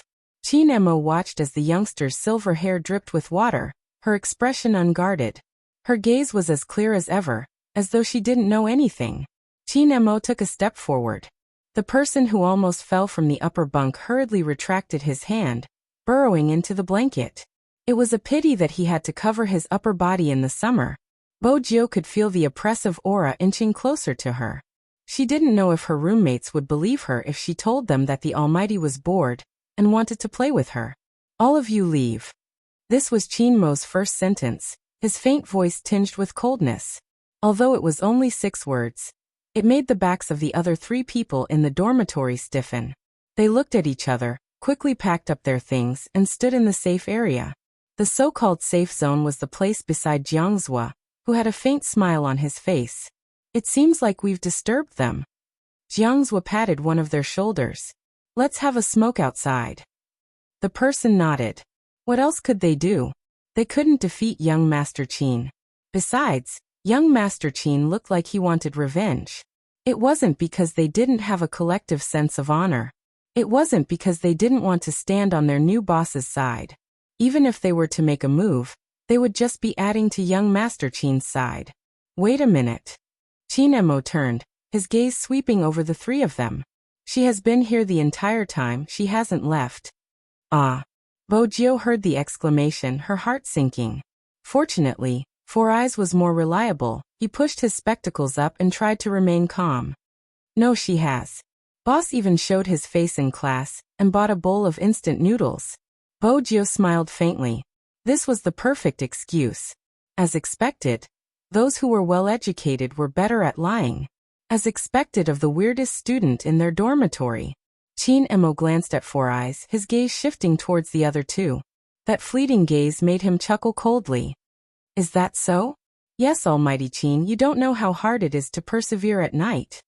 The Thornhead finally regained his sense of existence. But it was obvious that based on Bo Jiu's understanding of the Almighty, he didn't believe her. She hadn't left. Fortunately, she wasn't tricked by her teammate. Done. Jiangzhou reached out and pulled the door handle over. He said meaningfully, "You two have a good chat. It doesn't matter how long it takes. Just keep the commotion down. I'll be guarding the door." Bo Jiu watched Jiangzhu's smile, which made him look like a pimp. After closing the door, the other three finally heaved a sigh of relief. When young Master Qin caught them and asked them questions, their hearts were in their throats. But Boss was amazing. How did he know what young Master Qin would ask them? Needless to say, their acting just now was top-notch. After admiring themselves, the three of them couldn't help but be curious. They asked Jiangzhou, "Young Master Jiang, what happened between young Master Qin and our boss? Did you have a conflict?" Jiangzhou leaned against the door, his head tilted as he lit a cigarette. He held it between his fingers and smiled. How can it be a conflict? They are discussing matters regarding tomorrow's competition, so we can't disturb them, understand? As for how to negotiate, that would depend on Qin Mo honestly. Jiangzhou rarely saw Qin Mo like today. It was rare to see him exuding such a cold aura from the inside out. Hopefully, everything was fine. Jiangzhou flicked the cigarette ash in his hand, glancing at the messy tunnel. He felt that it was better to remind Qin Mo to hurry up. If he stayed in such an environment, he would smell. But Qin Mo wasn't going to check his messages. He allowed his phone to vibrate as he stuffed a hand into his pocket. He stood in front of Bo Jiu, looking down at her with an indifferent gaze.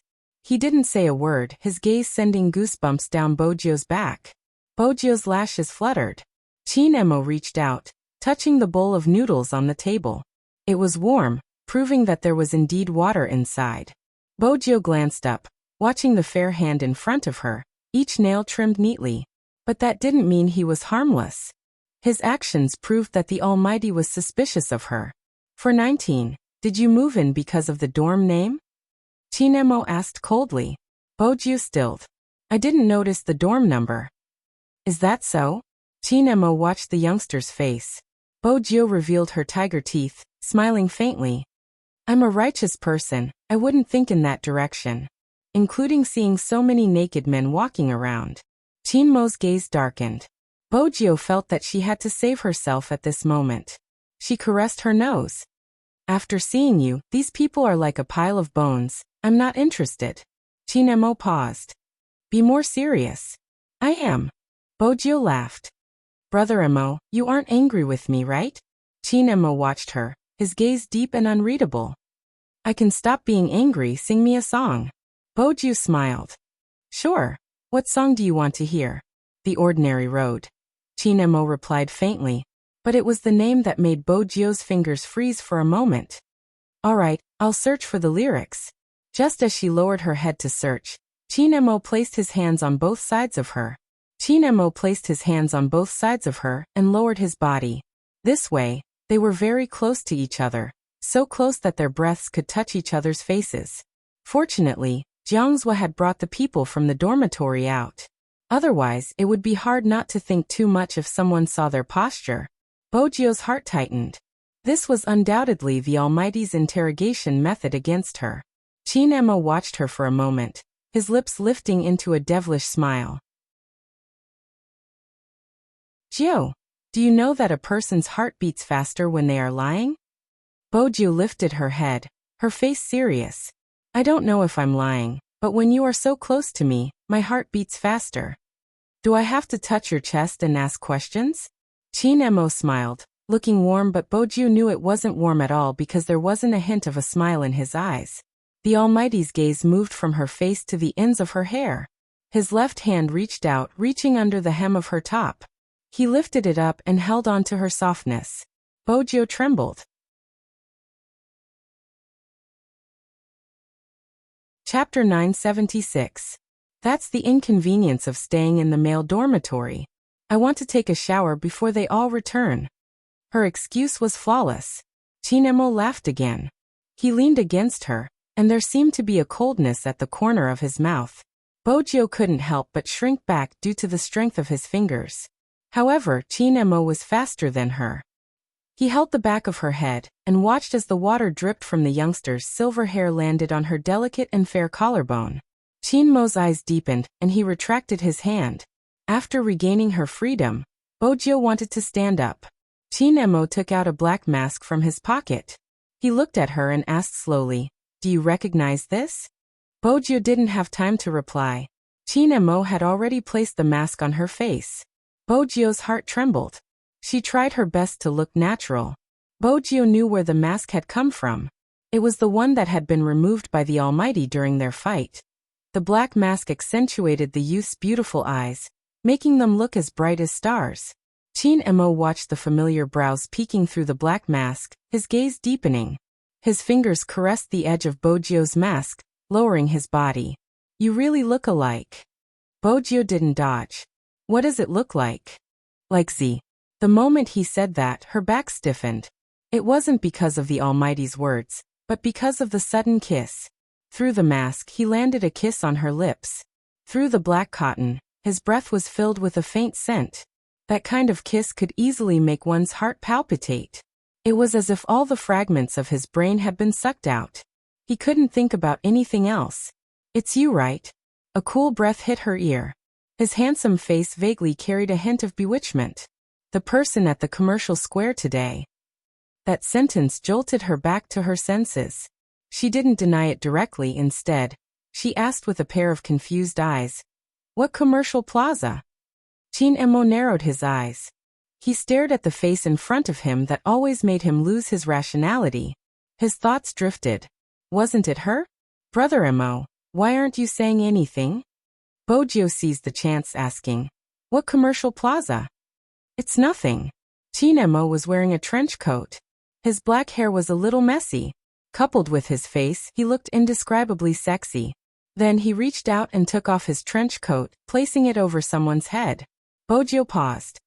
"Brother Emo, don't tell me you still don't want to see my face?" Who knew that as soon as she finished her sentence, his whole body was lifted up by someone. His lower abdomen was pressed against his shoulder, and his head was hanging down. It was not a comfortable position. Bojo was about to move when she heard his cold voice.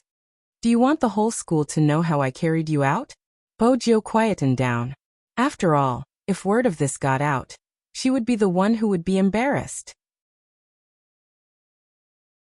Just thinking about it made the rumors terrifying. For example, when she chased after the Almighty couldn't stand it anymore, and planned to dispose of her like a pile of trash. If she attached a photo to prove the truth, then she would really become famous in the school. She was still a boy. Which school hunk would be carried out like this? Hence, a wise man submits to circumstances. It was better for her to be quiet. The other people in room 419 were still asking Jiang Zhua about young Master Qin when the door in front of them opened. Chinemo walked out with a pile of people on his shoulder. The guys from room 419 glanced at each other.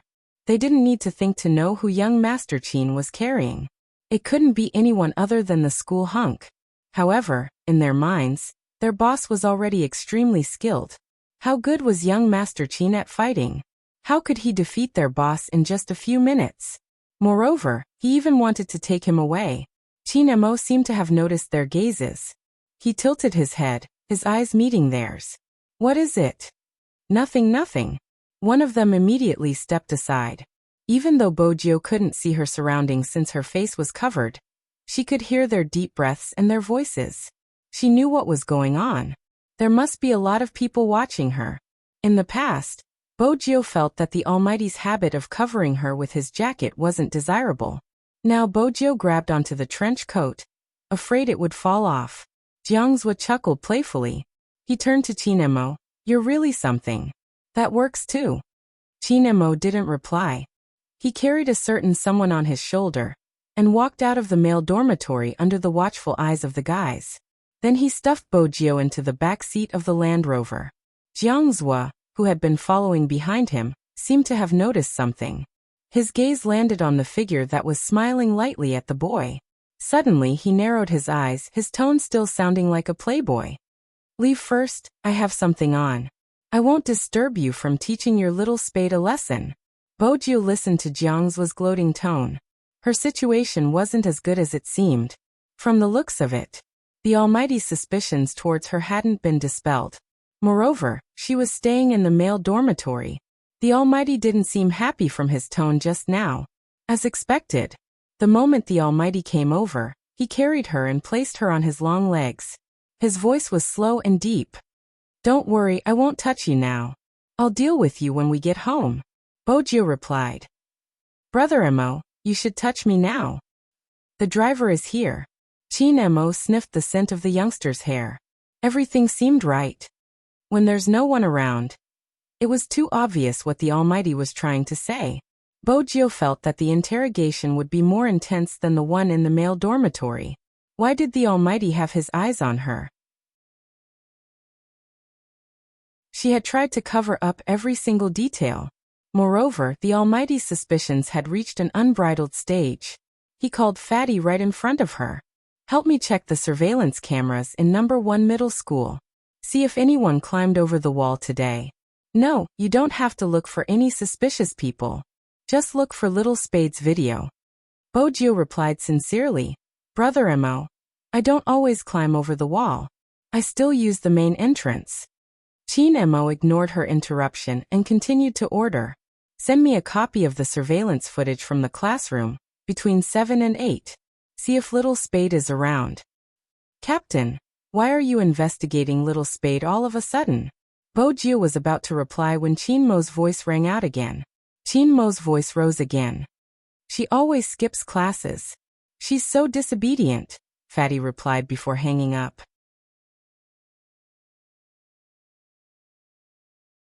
Chapter 977. The night deepened a notch. The students of number 1 middle school had just finished their night revision. The entire school was brightly lit, especially the supper windows and small shops. There were many people queuing up. As the weather got warmer, there were more people buying ice water and Coke. Compared to when they first entered number 1 middle school, all the students were freed. The long forest was filled with people walking, and there were also some girls discussing topics and where to shop on Sunday. Shui Yaorao had wanted to use this time to play a few games at the internet cafe. Practicing her hand speed had become a habit of hers. She hadn't expected to be stopped by a boy she usually chatted with. The boy was from the next class.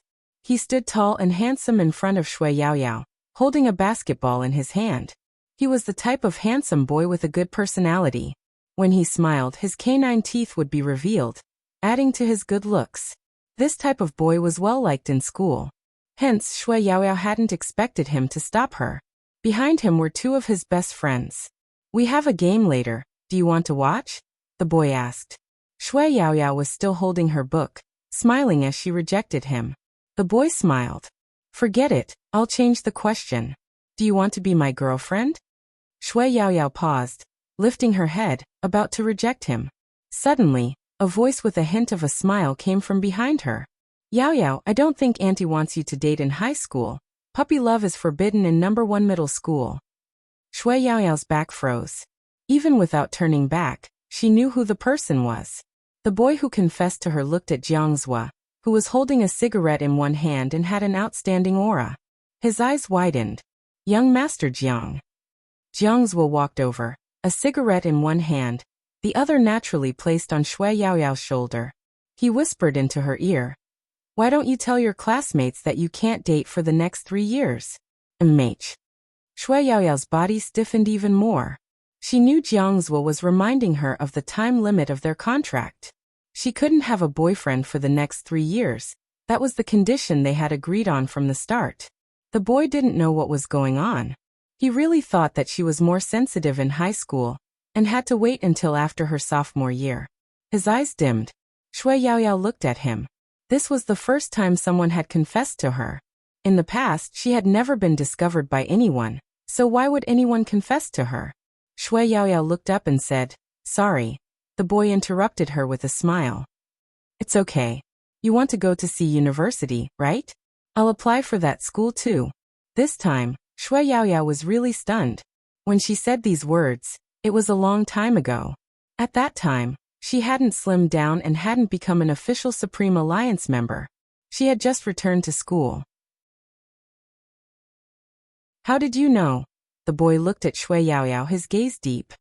"The first time I noticed you, you were helping your brother pack his bag. I always felt that you were very gentle. After that, I unknowingly wanted to know more about you, so I asked around." Shui Yaoyao was shocked. She never thought that someone would notice her at that time. Moreover, this person had always been a topic of discussion among girls. The boy noticed Shui Yaoyao's gaze and smiled again, his face a little red. "You probably don't remember, but there was one time when I hurt my leg while playing basketball. I was sitting at the railing, and you happened to pass me a band-aid. You even helped me wash my wound with water.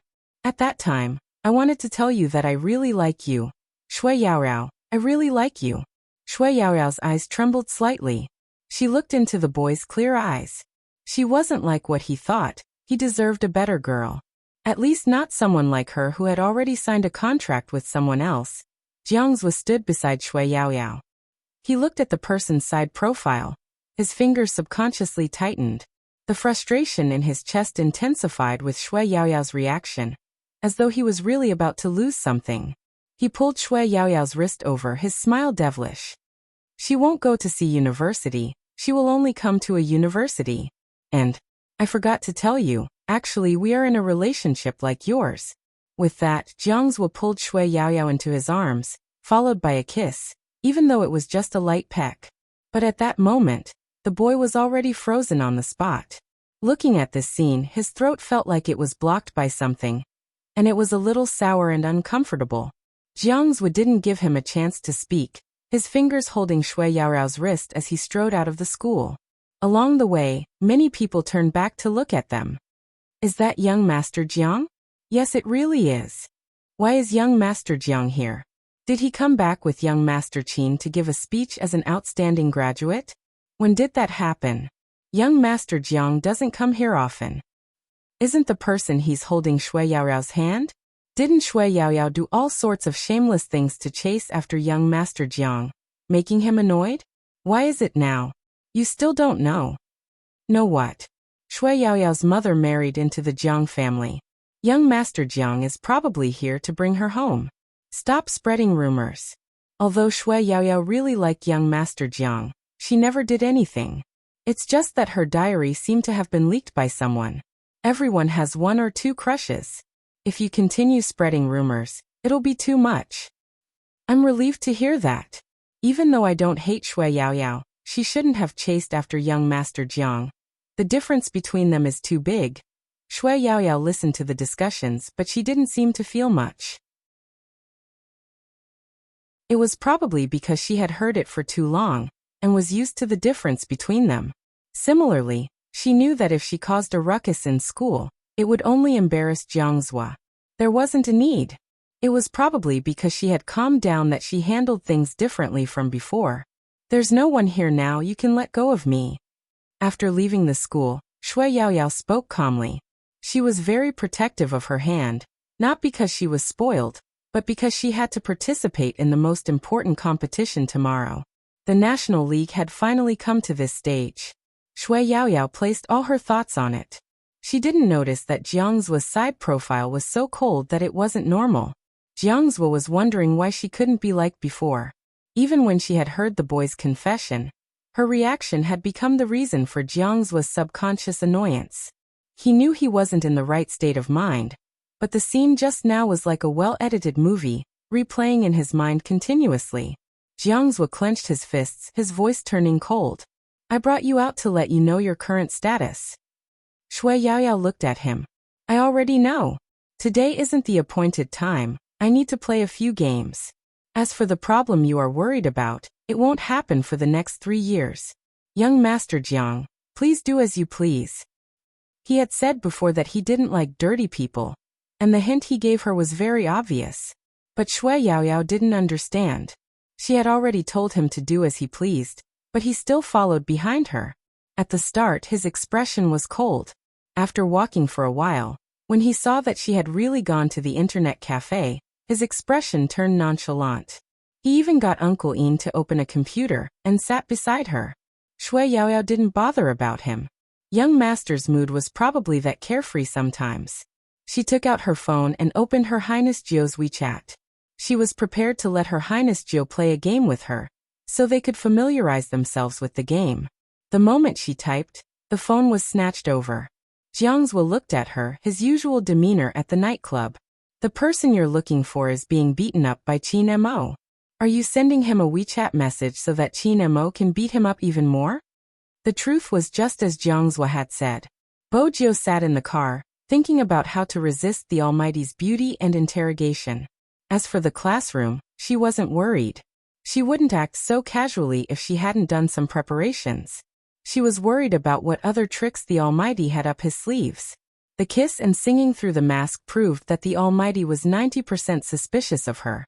Only the Almighty would suspect her. Even until now, Smith hadn't thought of her. There was also the fight at the square. If the Almighty had brought along the special forces from the cinema, she would have been caught on the spot even if Hoshino had been there. Hence, luck was important in such a huge gamble. Bojiu smiled mischievously. She wasn't going to admit it was her. That was the only benefit of being reborn. Young Master, we're here. The driver stopped the car. Bojiu's ears twitched. Qin Mo spoke faintly into her ears through the windbreaker. Do you remember whose mask it is? Bojiu asked in confusion. Isn't it Brother Mo's? Qin Mo didn't reply. He glanced at the youngster wrapped in his windbreaker and reached out to carry her into the building, just like how he had carried a sack in school. Young Master, this is? Madame Zhang rushed over hurriedly. She could only see the youngster's long legs. Qin Mo replied, Young Master Jiu. Bojiu could clearly hear Madame Zhang's ah. This time she was embarrassed. Unlike what Bojiu had expected, the Almighty didn't interrogate her immediately. Instead, he cuffed her left wrist to the chair. Then he walked out. Bojiu reached out to remove the windbreaker, but the Almighty's voice came from outside. Princess, look at her. Princess looked as though he had been entrusted with something important. He leaped up valiantly, landing on top of her head. Then he sat there motionlessly. Seriously, it was rather heavy for such a fat cat to be placed on top of her head. Princess looked solemn as he sat there, wagging his tail. This was the first time Bojiu felt that her appearance was stupid. Fortunately, there wasn't anyone around. Qin Mo had come out because of a call from Fatty. Captain, I just checked and got the footage. Little Spade didn't climb the wall. He was sleeping in the classroom and was punished with frog jumps. Captain, do you want to watch Little Spade do the frog jumps? It's enough to make you laugh for the entire day. Fatty's voice turned softer as he spoke. Even through the phone, he could feel his captain's icy cold aura. Little Spade, what exactly did you do to make Captain feel so down? Was he in the classroom the entire time? Qin Mo's gaze dimmed. Didn't he go out? It should be. With his captain's words, Fatty started to doubt himself. Qin Mo replied faintly, I understand, send me all the footage. Yes. After Fatty hung up, he touched his forehead, which was covered in sweat. Captain's aura was exceptionally strong today. Was it because of the finals tomorrow? Fatty wasn't aware that before Qin Mo's call, Director Huang had sent him a message. It was regarding the motorcycle. We've found out who the owner is, but the car was reported lost a day ago. The person who lost the car is also from the esports industry, but he isn't from Tokyo. He's the captain of the Japanese team, Yusishin. We've checked his background. The esports industry is really different, Even the young master of the mafia is there. However, we've eliminated his alibi. He was in a video conference with a bunch of Dragon Mouth's subordinates that day, and the staff can testify that he was looking for his tomahawk. We followed the trail and confirmed that the car wasn't just transferred once, it had been transferred before, which means that he really lost the car. When he saw Yu Cixin's name, Qin Mo's gaze changed. The further he looked, the colder his gaze became. That was because he recalled the two figures that had disappeared in front of his eyes. They had a tacit understanding with each other. Qin Mo lowered his lids and typed. It's true that the car was lost, but who do you think would have the guts to steal a car from the mafia young master? Or is the mafia young master just a decoration, and the tomahawk can be stolen so easily? Director Huang was confused. Isn't Z always that bold?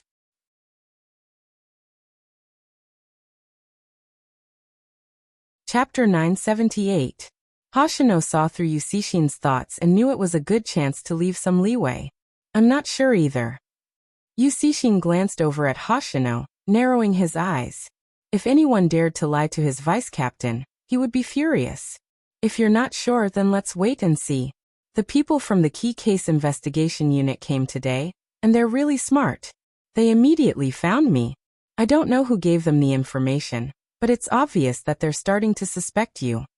I understand, I'll be careful. Hoshino's attitude was always the same, gentle as jade, but in reality, he was more tenacious than anyone else. This was something Yu Cixin found interesting. Tomorrow is the finals between Supreme Alliance and Xiangnan. As an international team, you and I will be there, we can study Spadesy. Yu Cixin said this because the Japanese would be up against either Xiangnan or Supreme Alliance. Regardless of which team won the finals, it would be difficult for them to fight against them. They wanted to see the difference between them, and the other reason was because he was still doubting Bojio's authenticity. Instead of looking at Hoshino and not being able to say anything, he might as well use this opportunity to ask the other party involved. That night was destined to be a sleepless one. Too many people were waiting for the finals. Lin Feng wasn't aware of the others. He laid on his bed, unable to fall asleep because he had seen something he shouldn't have. Hence he stood up, preparing to stretch his limbs. Unexpectedly, while he was walking, he met a girl from the same school. The girl was walking with her dog, and Lin Feng followed her for a while. They chatted happily. Lin Feng didn't notice Yun Hu, who was out for a night run. After Lin Feng returned home, whistling as he prepared to enter the house, a voice came from beside him. Are you in a good mood? Lin Feng paused and turned around. He patted his chest and said, Huzi, you'll scare people by appearing so suddenly. Yin Hu's expression didn't look good. Fortunately, the night was in the way. He stood there with one hand in his pocket. He didn't walk towards Lin Feng. His entire being seemed to have melted into the night fog. His tone was calm. What did you and that girl talk about? You seem so happy. It's just something I usually play with. Lin Feng didn't really care. Yin Hu clenched his fists tightly because he knew that the girl had once wanted to confess to the guy in front of him, but he didn't know why she hadn't. It was probably because of a certain someone's uncertainty. He had to admit that this girl was smart. If she didn't confess, she could be with that guy every day. When the time was right, she could say that she liked him, and the effect would be 100 times better. That was it. Yin Hu felt as though something was stuck in his throat. This was because he knew very well that Lin Feng had always wanted to find a girlfriend. Even though he had already promised to give it a try and be responsible to him, in essence, that fellow still liked girls. In just a few seconds, Yin Hu thought of many things. When the words reached the tip of his tongue, they turned into a sentence. It isn't just for fun, right? You have a movie date too. Lin Feng paused when he heard this. Yin Hu's rationality was already on the verge of collapse when he saw Lin Feng chatting and laughing with the girl. Now that he saw Lin Feng's reaction, his eyes sunk. Do you have any self-awareness that you already have a boyfriend? Lin Feng, who was being lectured, frowned. In order to understand Yin Hu's intentions, he downloaded a dating app. There were many people who had greeted Yin Hu. There was even one who had gone out for a drink. He had only taken a short walk with a girl, and this person's words were so harsh. It was probably a mistake right from the start. Lin Feng still couldn't get used to it. He raised his lids and looked at Yun Hu. I saw the messages on your dating app. Actually, do you think that the person who often leaves you messages is more suitable for you? The reason why Lin Feng said this was because he saw Yun Hu's reply to that person. He thought that the two of them had a good relationship in private. If it had been a normal person, someone like Yun Hu wouldn't have agreed to meet up with that person. Lin Feng didn't know that the meeting that time was entirely because Yun Hu couldn't get it. He just wanted to go out and relax and didn't think much about it. However, he had never imagined that things had already reached this stage. He still said that perhaps the other person was more suitable for him. He was pushing him away. He was the only one who cared about this relationship. As for Lin Feng, it was obvious that he was a straight man.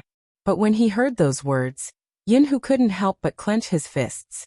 His chest felt as though there was a rock pressing down on it. Lin Feng lowered his head and said, I saw both of your replies. That person is going to study abroad. Actually, have you ever thought that because we grew up together, you can't tell if it's because you like me or because you're used to me? So what exactly are you trying to say? When Yun Hu said this, his throat felt a little stifled. Lin Feng glanced up with a rare seriousness. I think it's really stupid for us to try dating. I drank too much that night. Why don't you change the method and let me atone for my sins? The reason why Lin Feng said this was because he saw the common topic between that person and Yun Hu online. In reality, he and Yun Hu didn't have this point. Other than gaming, their interests and studies were different. It was rare for them to be on the same level.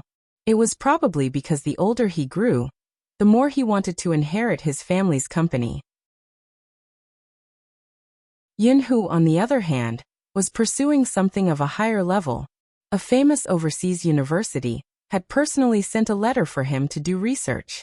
Lin Feng could even imagine the difference between him and Yun Hu in the future. Now they still had games to talk about. When that time came, they probably wouldn't have anything to talk about. After all, in real life, two people on different levels wouldn't have a topic to talk about. Over time, they would become like his parents. Even though Lin Feng's family was wealthy, that was how Father Lin and Mother Lin interacted. That was why Lin Feng wanted to find a girl who had a cheerful personality and didn't think too much like him. She would only sleep after eating and occasionally go to the supermarket on the weekends. That was the kind of life he would have. But it was obvious that Yun Hu's daily life was much more elegant than his. Sometimes he thought that it probably had something to do with the fact that his grandfather was gone and the Yun family was still in power. Even though the two families lived opposite each other, their nature was different.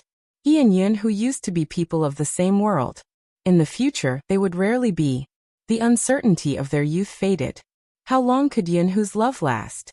Hence he was really stupid. Why didn't he think of giving it a try back then? It would ruin their relationship if they tried it once. Lin Feng didn't want to see that in 1 year, 3 years, or even 5 years, they would have nothing to say to each other and be together reluctantly. That wasn't what he expected.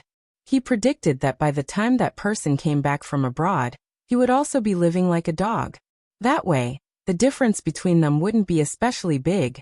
Listening to the man's words, Yun Hu suddenly felt as though he was on a roller coaster. Not long ago, he had finally agreed to try it out with him. Even now, when he closed his eyes, he could still remember how happy he had been. But because of the appearance of a girl, he felt that it was stupid to give it a try. He wanted to retract everything. At the end of the day, he would never be comparable to those girls. Yun Hu also knew that this wasn't the most painful time. After they broke up, with the arrival of graduation, this person would soon have a girlfriend. What he was most afraid of was that one day, that person would hold a girl's waist and laugh at him. I'm going to get married. Whenever he thought of that scene at night, a nerve in the depths of his heart would be pulled. The pain made him want to bend over. If he hadn't tasted the happiness in heaven, perhaps it wouldn't be so unbearable. Ever since that guy said that he would try dating, he had been very nice to him. It was as if they were dating. Although when he held his hand and interlocked their fingers, he would still mutter in a low voice or stiffen his whole body. No matter which reaction it was, it only made him feel happy. It was as though happiness meant that as long as he was with this guy, it didn't matter what they did, including those childish things like holding hands and sharing a bowl of instant noodles. Or when he was tired from practicing his hand speed, that person's head would lean over. Often he would be the one doing the review. He would lean against him to sleep, just to be able to accompany him. It had been like this since the beginning. But in the future it would no longer be like this. After the National League, this guy would take over the company and gradually leave the esports industry. Not only would their gaming time be reduced, even the number of times they would meet wouldn't be as frequent as now, because graduation would mean that they would really be adults. Yunho understood this guy. Since he mentioned it, it meant that he had decided to do it. He wanted to end their relationship. It was obvious. Yunho understood. Because of that, even his breath felt cold. Admit it, even if this person temporarily agreed to date you because you tricked him, he will never fall in love with you. Yunho had to suppress all his emotions to swallow the question of why not try again. Instead, he stretched out his arm and trapped that person against the wall. His gaze was a little low. You want to redeem yourself in another way? Sure, I don't have too many conditions. After the National League, if we win Xiangnan, you will let me sleep back. With that, Yunho released his hand that was pressing on that person's wrist. He took one last deep look at Lin Feng before walking out of the room. Lin Feng was left leaning against the wall, his entire expression petrified. Sleep, sleep, sleep back? Did Yunho want to *CK him? Lin Feng's first reaction was anger. After his anger subsided, he thought carefully about why Yunho would suggest such a method. He had seen other people's replies. In their industry, people like Yunho were rare and would never bow down to others. He had taken advantage of Yunho and now he wanted Yunho to take revenge. There wasn't anything wrong with this logic. If that would make Yunho feel better, Lin Feng took a deep breath. If it wasn't half an hour, it was at least an hour. He smoked nonstop, extinguishing one cigarette after another. In the end, he straightened his body and took out his phone. He sent a message to the familiar profile picture. Sure, let's sleep back and we'll be even. The unique sound effect of WeChat rang out. Yunho, who was sitting in front of the computer, suddenly didn't know where to touch. When he saw the message, his gaze stiffened. He glanced at the window opposite him, swallowing the bitterness in his throat. The last thing he wanted to do was to be even with someone.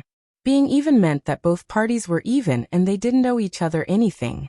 Perhaps, ending this relationship didn't mean anything to him. Yunho chuckled.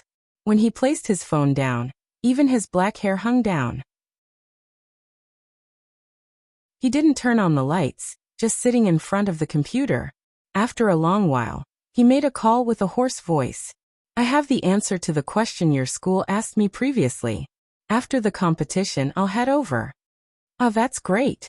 The person on the other side spoke in pure English. We look forward to your joining, Yin. Yunho couldn't hear what the person behind him was saying. He reported his passport number numbly and filled in some information before sending it to the designated email. After he was done, it was almost 11 p.m.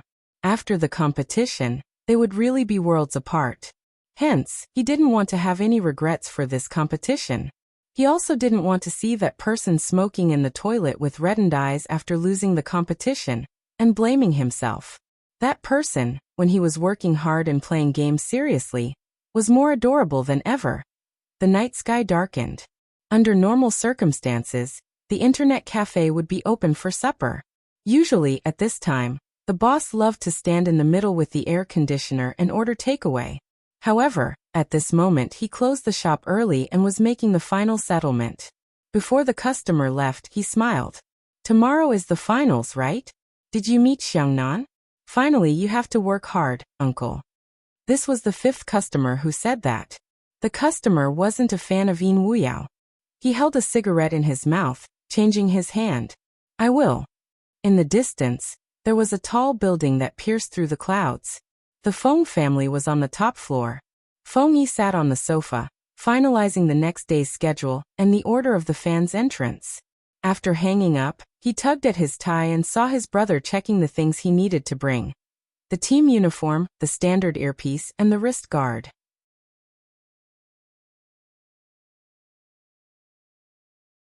Chapter 979. Fengyi glanced over at his brother, breaking into a smile. Every elder brother would have a sense of accomplishment when they saw their younger brother. Ah, this kid has finally grown up. After Feng Shang was done checking, he gave Coco a call.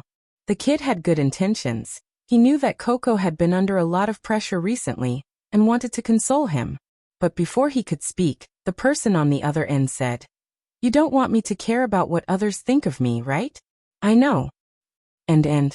Feng Shang wanted to say something but was interrupted by Coco again. Coco interrupted him again. "And the maneuvering, right? Don't worry, I'm already very good at it. Brother's skills are amazing, and I have millions of fans. Tomorrow I'll definitely lead the way." Feng Shang spoke again. "No, it's not." "Not what?" The wrist guard, right? I brought everything, don't worry." Feng Shang wanted to say something, but he was blocked. His face was red from holding back. It wasn't easy for a child to say something like that. "Who wants to talk to you about that? I just want you to relax and remember to bring your rabbit." Coco paused, muttering, "You aren't stuttering anymore." Feng Shang paused as well. Coco coughed heavily. "I know, I was nervous just now, that's why I said so much. I'm not nervous anymore."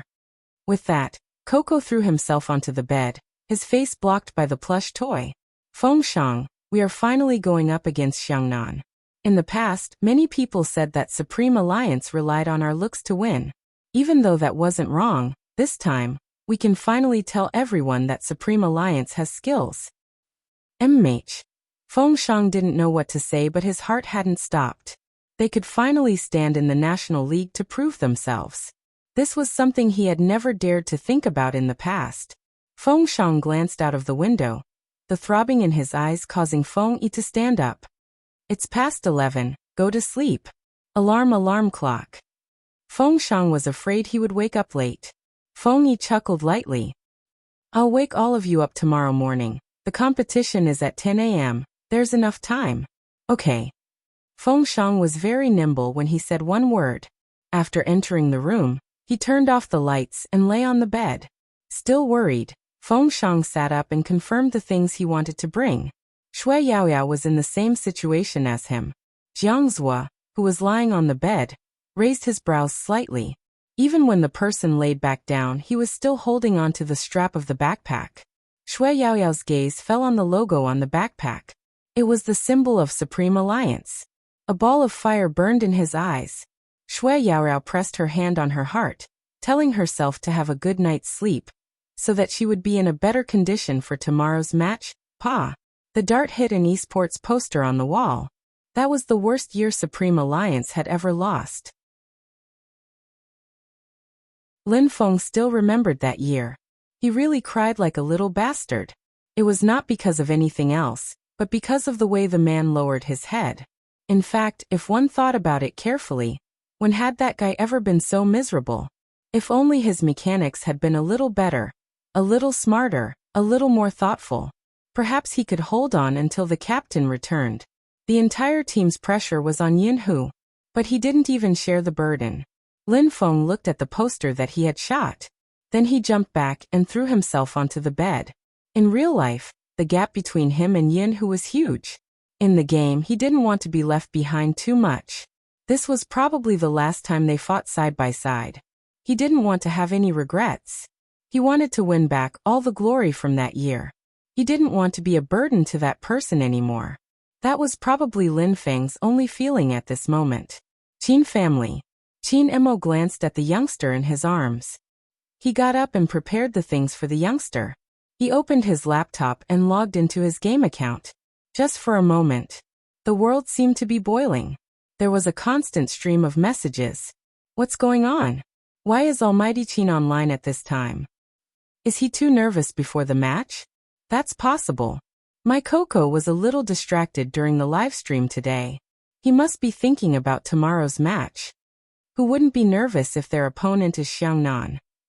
They didn't know that Qin Mo had come online to give someone a self-made silver gun. It should have been given to the youngster on the bed a few days ago, but due to recent events, it hadn't been given out. If Feng Yi had seen Qin Mo giving the silver gun to Bo Jiu, he would have been shocked. The silver gun had a special meaning. It was a silver gun that Qin Mo had made when he had first started playing the game. Qin Mo would fuse any good material into it. In that year, this silver gun had become Qin Mo's most commonly used weapon until the character changed, and the 3000 knife cutting appeared. The silver gun had always been there. It could already be called a treasured weapon. Back then, the materials obtained in the game were all rare materials. Now they were hard to find. That was how precious the silver gun was. But now, the Almighty had given it to Jiao. Xiangnan's Zhao Sampang was the most agitated when Qin Mo came online. He typed in the Alliance's group chat. Qin Mo, are you really nervous? If you are, just say it, we won't laugh at you. Because of this, many players in the group jumped out and started making jokes one after another. Qin Mo glanced at the page, arching a brow. He moved his mouse and sent a video leisurely into the group chat. The video wasn't anything else. It was the secret hidden in the electronic igniter that Bo Jiao had given him. Zhao Sampang was still sitting there with his legs crossed, typing furiously, shouting that he wanted to challenge Qin Mo to a duel. The others in the group shared the same sentiments. They wanted to use this rare opportunity to tease Qin Mo unexpectedly. Qin Mo sent a video over. Zhao Sampang assumed it was a useful video.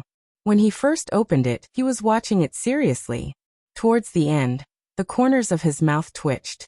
What the hell is this thing? Qin Mo and Little Spade's lovey-dovey clip? It wasn't just Zhao Sampang. The others who opened the video, including the other teams, were forced to recommend the Mo and Jiao couple, who said Qin Mo was nervous. If he came out, they wouldn't beat him to death. He wasn't nervous, he was even more shameless than usual. At this moment, Qin Mo typed a line of words. I'm looking at the present Spade gave me. Single people like you probably wouldn't understand. Everyone knew that Zhao Sampang's greatest pain was not having a partner. Qin Mo's words caused Zhao Sampang to go offline in tears. He turned towards the person beside him. Captain, I would like to request to keep a close eye on Qin Mo tomorrow. There's no need. Almighty Xiao stood up. Supreme Alliance has a fatal weakness. It is now showing. Zhao Sampang was confused. Weakness? Where is it?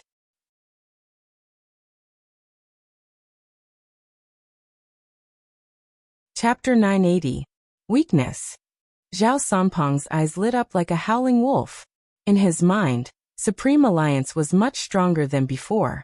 Especially after witnessing Little Spade and that shameless Qin Mo's teamwork, he felt that he wouldn't be able to stop them. Now that he heard his captain's words, he was pleasantly surprised. However, Xiaofeng didn't look very happy. His eyes looked a little gloomy. Zhao Sampang called out again. Captain, what is Supreme Alliance's weakness that you mentioned? Qin Mo. Zhao Sampang's expression froze the moment he heard Xiaofeng's name. Qin Mo? That insanely strong fellow? How was that possible? His hand injury hasn't healed. Xiaofeng stood up, his eyes fixed on Zhao Sampang. I'm 100% sure now. Zhao Sampang opened his mouth with difficulty. But the teamwork between him and Little Spade was clearly incredible. In a 2v2, no one would be able to stop them. Even if Qin Mo's hand wasn't healed, Spade Z's speed would be able to make up for his weakness. Xiaofeng pointed at the map on the screen. Even though this is a siege game, the location isn't fixed. In the past, no one dared to enter Supreme Alliance's jungle, because if they weren't careful, they would be killed. But now it's different. Supreme Alliance wants to defeat us, so they have to drag the competition to the team battle. It's all about teamwork and coordination in the middle and jungle. Supreme Alliance's sorcerer is a newbie. Even though he's skilled, his awareness isn't enough to keep up with Qin Mo's pace. Spadesy won't always be by Qin Mo's side. A wandering hero would be useless if he's restrained. After listening to his captain's analysis, Zhao Sampang forgot what he wanted to say. He was well aware of his captain's ability. It wasn't just him. Almost everyone knew that their captain had an exceptional ability to make judgments. This was also why people often compared Qin Mo to their captain, because they were truly evenly matched opponents. The computer screen was still emitting a faint blue light. At this moment, a person walked in. She was wearing a team uniform and high heels. She was very beautiful. She had a slender waist, long legs, and a good figure. She was a domineering lady in the esports industry. This was the nickname that the fans had given Goddess Luoluo. She crossed her arms in front of her chest. As she had been playing for too long, her voice was a little hoarse. That person probably never thought that there would be a day when he would need someone to protect him. Xiaofeng didn't say anything. Beauty Luo smiled and placed her hand on his shoulder. Captain, you don't feel good seeing your CP in such dire straits, do you? Xiaofeng glanced at her, his expression indifferent. There's no such thing as being down and out in the esports arena. You can only give it your all. You're handsome, so whatever you say is right. At this point, Beauty Luo glanced at Fatty. Brother Fatty, you're affecting my pursuit of my idol. Xiaofeng. Zhao Sampeng thought. Damn it, I've been attacked by 2 public displays of affection in one night. These people are inhumane. I thought your idol was Spadesy. Xiaofeng glanced at his subordinate. Beauty Luo smiled. I like him too. Playing esports allows you to gather countless male idols. In the past, I liked Qin Mo the most. His abstinence, no wonder he was pushed down by Spadesy. He was already at the door, but when he heard this, he turned abruptly. What did you say? Qin Mo is the one at the bottom? F***ck, little Spade is good. He's manly. That's why you can't look down on my brother Spade, Beauty Luo reminded him. Zhao Sampeng arched a brow. Don't worry, someone is restraining him. Beauty Luo chuckled lightly. That's good, we can finally compete with Supreme Alliance openly. Qin Mo once attacked the 3 of us alone. Isn't it time to get back at him? Women are the most vicious, Zhao Sampeng commented objectively. But I like it. Regardless of the situation, giving one's all in the competition was the true respect for one's opponent. However, this did not affect the relationship between friend and foe that was born in this generation. Before Zhao Sampeng went to bed, he took out his phone and scrolled through his official Weibo. He wanted to see how his adorable fans were cheering him on. Unexpectedly, the first thing he saw was a post from his good friend. It was a chat history in the Alliance's WeChat group with a video attached. It summed it up in one sentence. I can't be the only one being fed dog food. Qin Mo's video had caused a huge public outcry. There were so many singles in the esports industry. Zhao Sampeng would definitely join in and repost it, but he hadn't expected his fans to show their concern. Fatty, don't cry, stand up and masturbate. It must be hard to watch Almighty Qin flaunt his love every day. Don't worry, you won't get the chance. Fatty, I've liked you for 3 years. I just want to ask you. It's been 3 years. Where's your girlfriend or boyfriend? Don't be like that, we love Fatty, so we have to be considerate. Are there any more videos like this? Fatty, watch more, you can find inspiration. Who knows, maybe one day someone will take a liking to you. Zhao Sampeng. F***ck. Take back that 10,000 years limit. Take it back. Unknowingly, the 2 of them were trending again. Honestly, the fans were relieved to see how close their idols were in the esports industry. Because only in such a healthy competitive environment would they be able to see an exciting competition. At this moment, in the crime squad, Lin Chuntao stood outside the door, his eyes fixed on Director Huang. Regardless, please promise me that the captain will head out tomorrow to watch the competition. Someone has proven that he isn't the culprit behind the maiden's sacrifice, right? Little Huang had never seen a person with such perseverance. He had been pestering him for 5 hours. Wherever he went, this handsome guy followed him. Even when he went to the toilet, this kid followed him. Little Huang almost had kidney failure just by looking at him. Kids nowadays, why were they so stubborn? Even though he isn't the culprit, he was a part of the organization. There are many things we need to understand, Director Huang said. Lin Chuntao licked his chapped lips. He didn't do anything evil, he didn't say anything even after you brought him in. This competition is too important to him. It's the National League because of Qin Mo and Xiaofeng. Mr. Huang, do you know that he wasn't inferior to either of them in the past?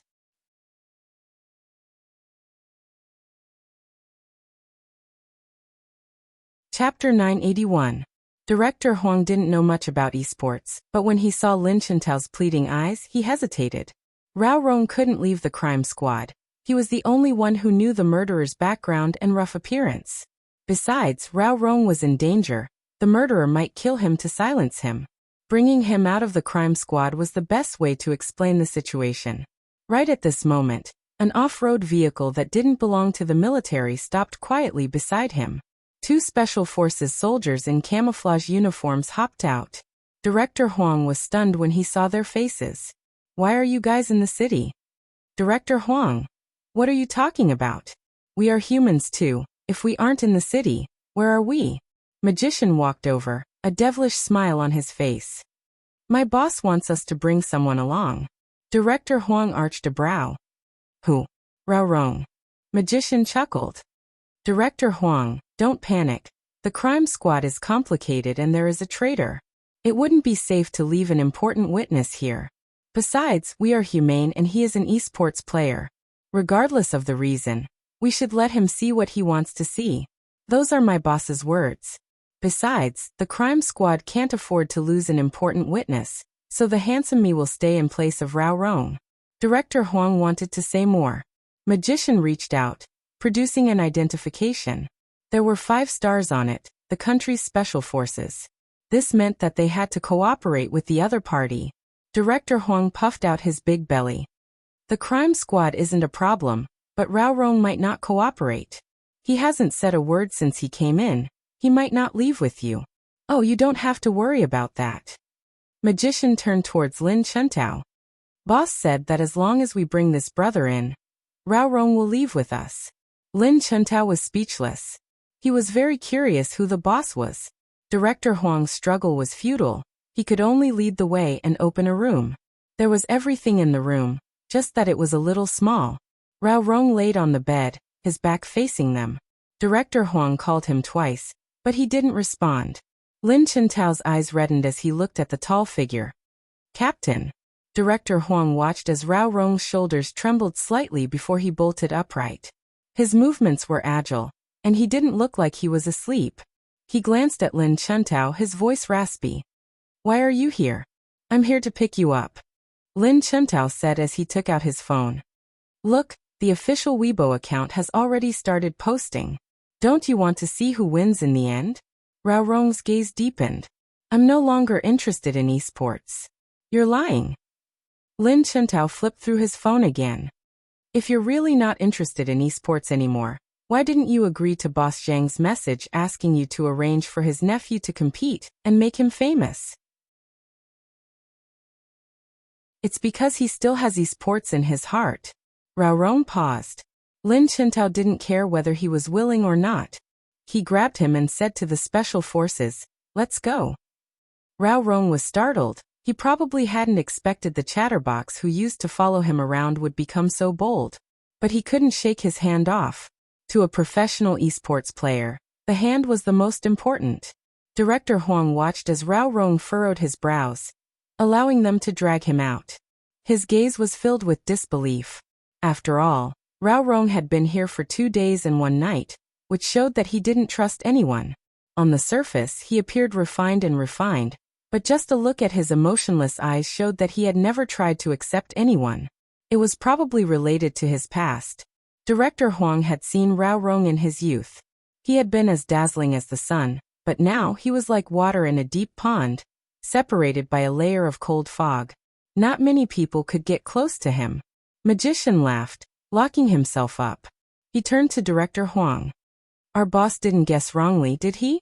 Director Huang didn't want to see him again, intending to slam the door shut. "Wait a minute." Magician arched a brow. "Order a takeaway for me. You guys don't have any good food here. I'm going to die in the line of duty."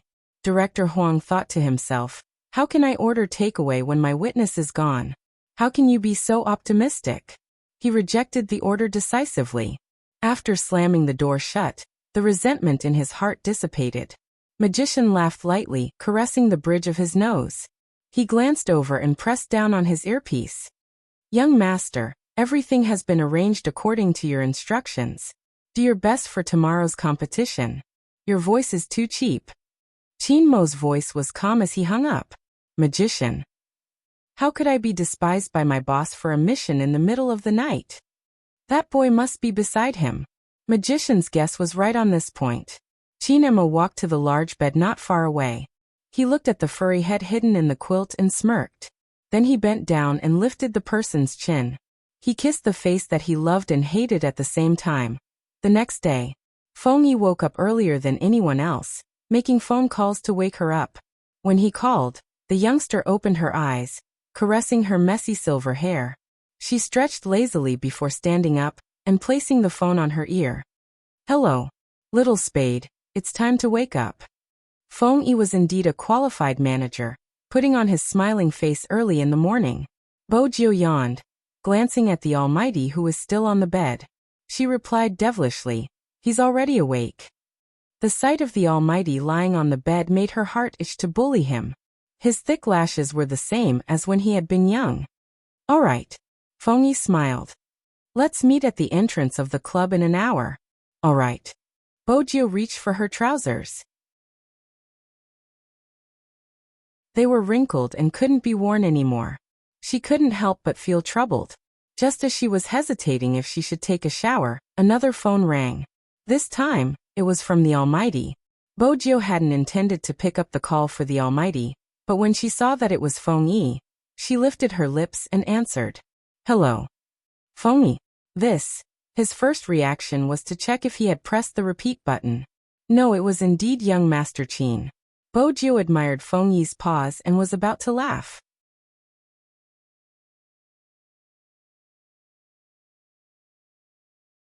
Chapter 982. Bojiu didn't react. On the other end of the line, Feng Yi's lips started to twitch. Bastard. He had been fed a huge mouthful of dog food so early in the morning. This world. Feng Yi didn't want to say anything else and hung up decisively. Bojiu heard the busy tone and glanced over. "Brother Emo, you seem to have frightened her." Qin Emo arched a brow, sweeping the screen before reaching for his phone. Just as he was about to reach for it, the person in his arms pushed him into the blanket. Qin Mo's fingers stilled, watching the silver-haired youngster with bright eyes and a smile on her face. That furry head and two tufts of hair arched up like two ears. The more he looked at it, the more it looked like his cat. All it lacked was a tail behind it that could be wagged here and there. But after a night of sleep, she had become bolder. "What are you doing?" Qin Emo allowed the youngster to press against his chest, his elegant and handsome face unchanged. Bojiu didn't intend to do anything. She just stared at the Almighty who had just woken up. She wanted to pounce on him. Her childhood habits were rather harmful and she couldn't restrain herself. "If it was any other day, I would be at your mercy, but not today." Qin Emo removed her hand, his tone calm as though he was talking to Princess. "Go wash up, don't be so ferocious early in the morning." Bojiu. Ferocious? Her? With that, Qin Emo stood up, put on his trousers and walked towards the door. "I'll go get my clothes." Bojiu draped the blanket over her body, crossing her long legs as she sat on the bed. She watched the Almighty's erect upper body, looking as though he wasn't interested in her. She pursed her lips stubbornly. The princess arrogantly strolled back and forth in front of her, as if saying, "You've finally been abandoned by your master." Bojiu arched a brow, tugging on Princess's tail. Even if she couldn't handle the Almighty, she could still handle a cat. When Qin Emo took the uniform from Madame Zhang, the image of the youngster pouncing on him was still fresh in his mind. For some reason, he felt that this scene was very familiar. Qin Emo didn't know if it was because he liked her too much that he kept thinking about her when she was young. As usual, Auntie Zhang made a Chinese-style breakfast that both of them liked. It was very nutritious. He didn't eat much as most of it went into her stomach. Before he left, he pulled her over, reaching out to pull her collar up, covering her neck. That was when Bojiu noticed the hickeys, her ears burning. But she also noticed that every time the Almighty tidied her clothes, his side profile would always be gentle. It seemed like he had been like this since he was young. "What do you mean you've been like this since you were young?" Qin Emo glanced sideways at the youngster's face, his brows furrowing slightly. Bojiu didn't expect to blurt out the words she wanted to say. She tilted her head and asked, "Are you trying to say that Brother Emo has always been good at dressing people?" "I didn't wear it for anyone." Chinemo retracted his hand and looked at the youngster with it in his pocket. Bojio didn't say anything. She thought to herself, where did the little puppy who liked to help her put on clothes come from? Of course, she wouldn't tell the Almighty that. At this moment, Chinemo suddenly asked, speaking of which, did we meet when we were young? You're tuning in to the Li Mei's Sword of Destiny YouTube channel. We're so grateful for your support, and don't forget to subscribe to join us on this incredible journey through captivating stories. Your generosity through donations truly makes a world of difference, as it's the primary source of revenue that allows me to expand and enhance this channel for you. Thank you from the bottom of my heart for being a part of this adventure.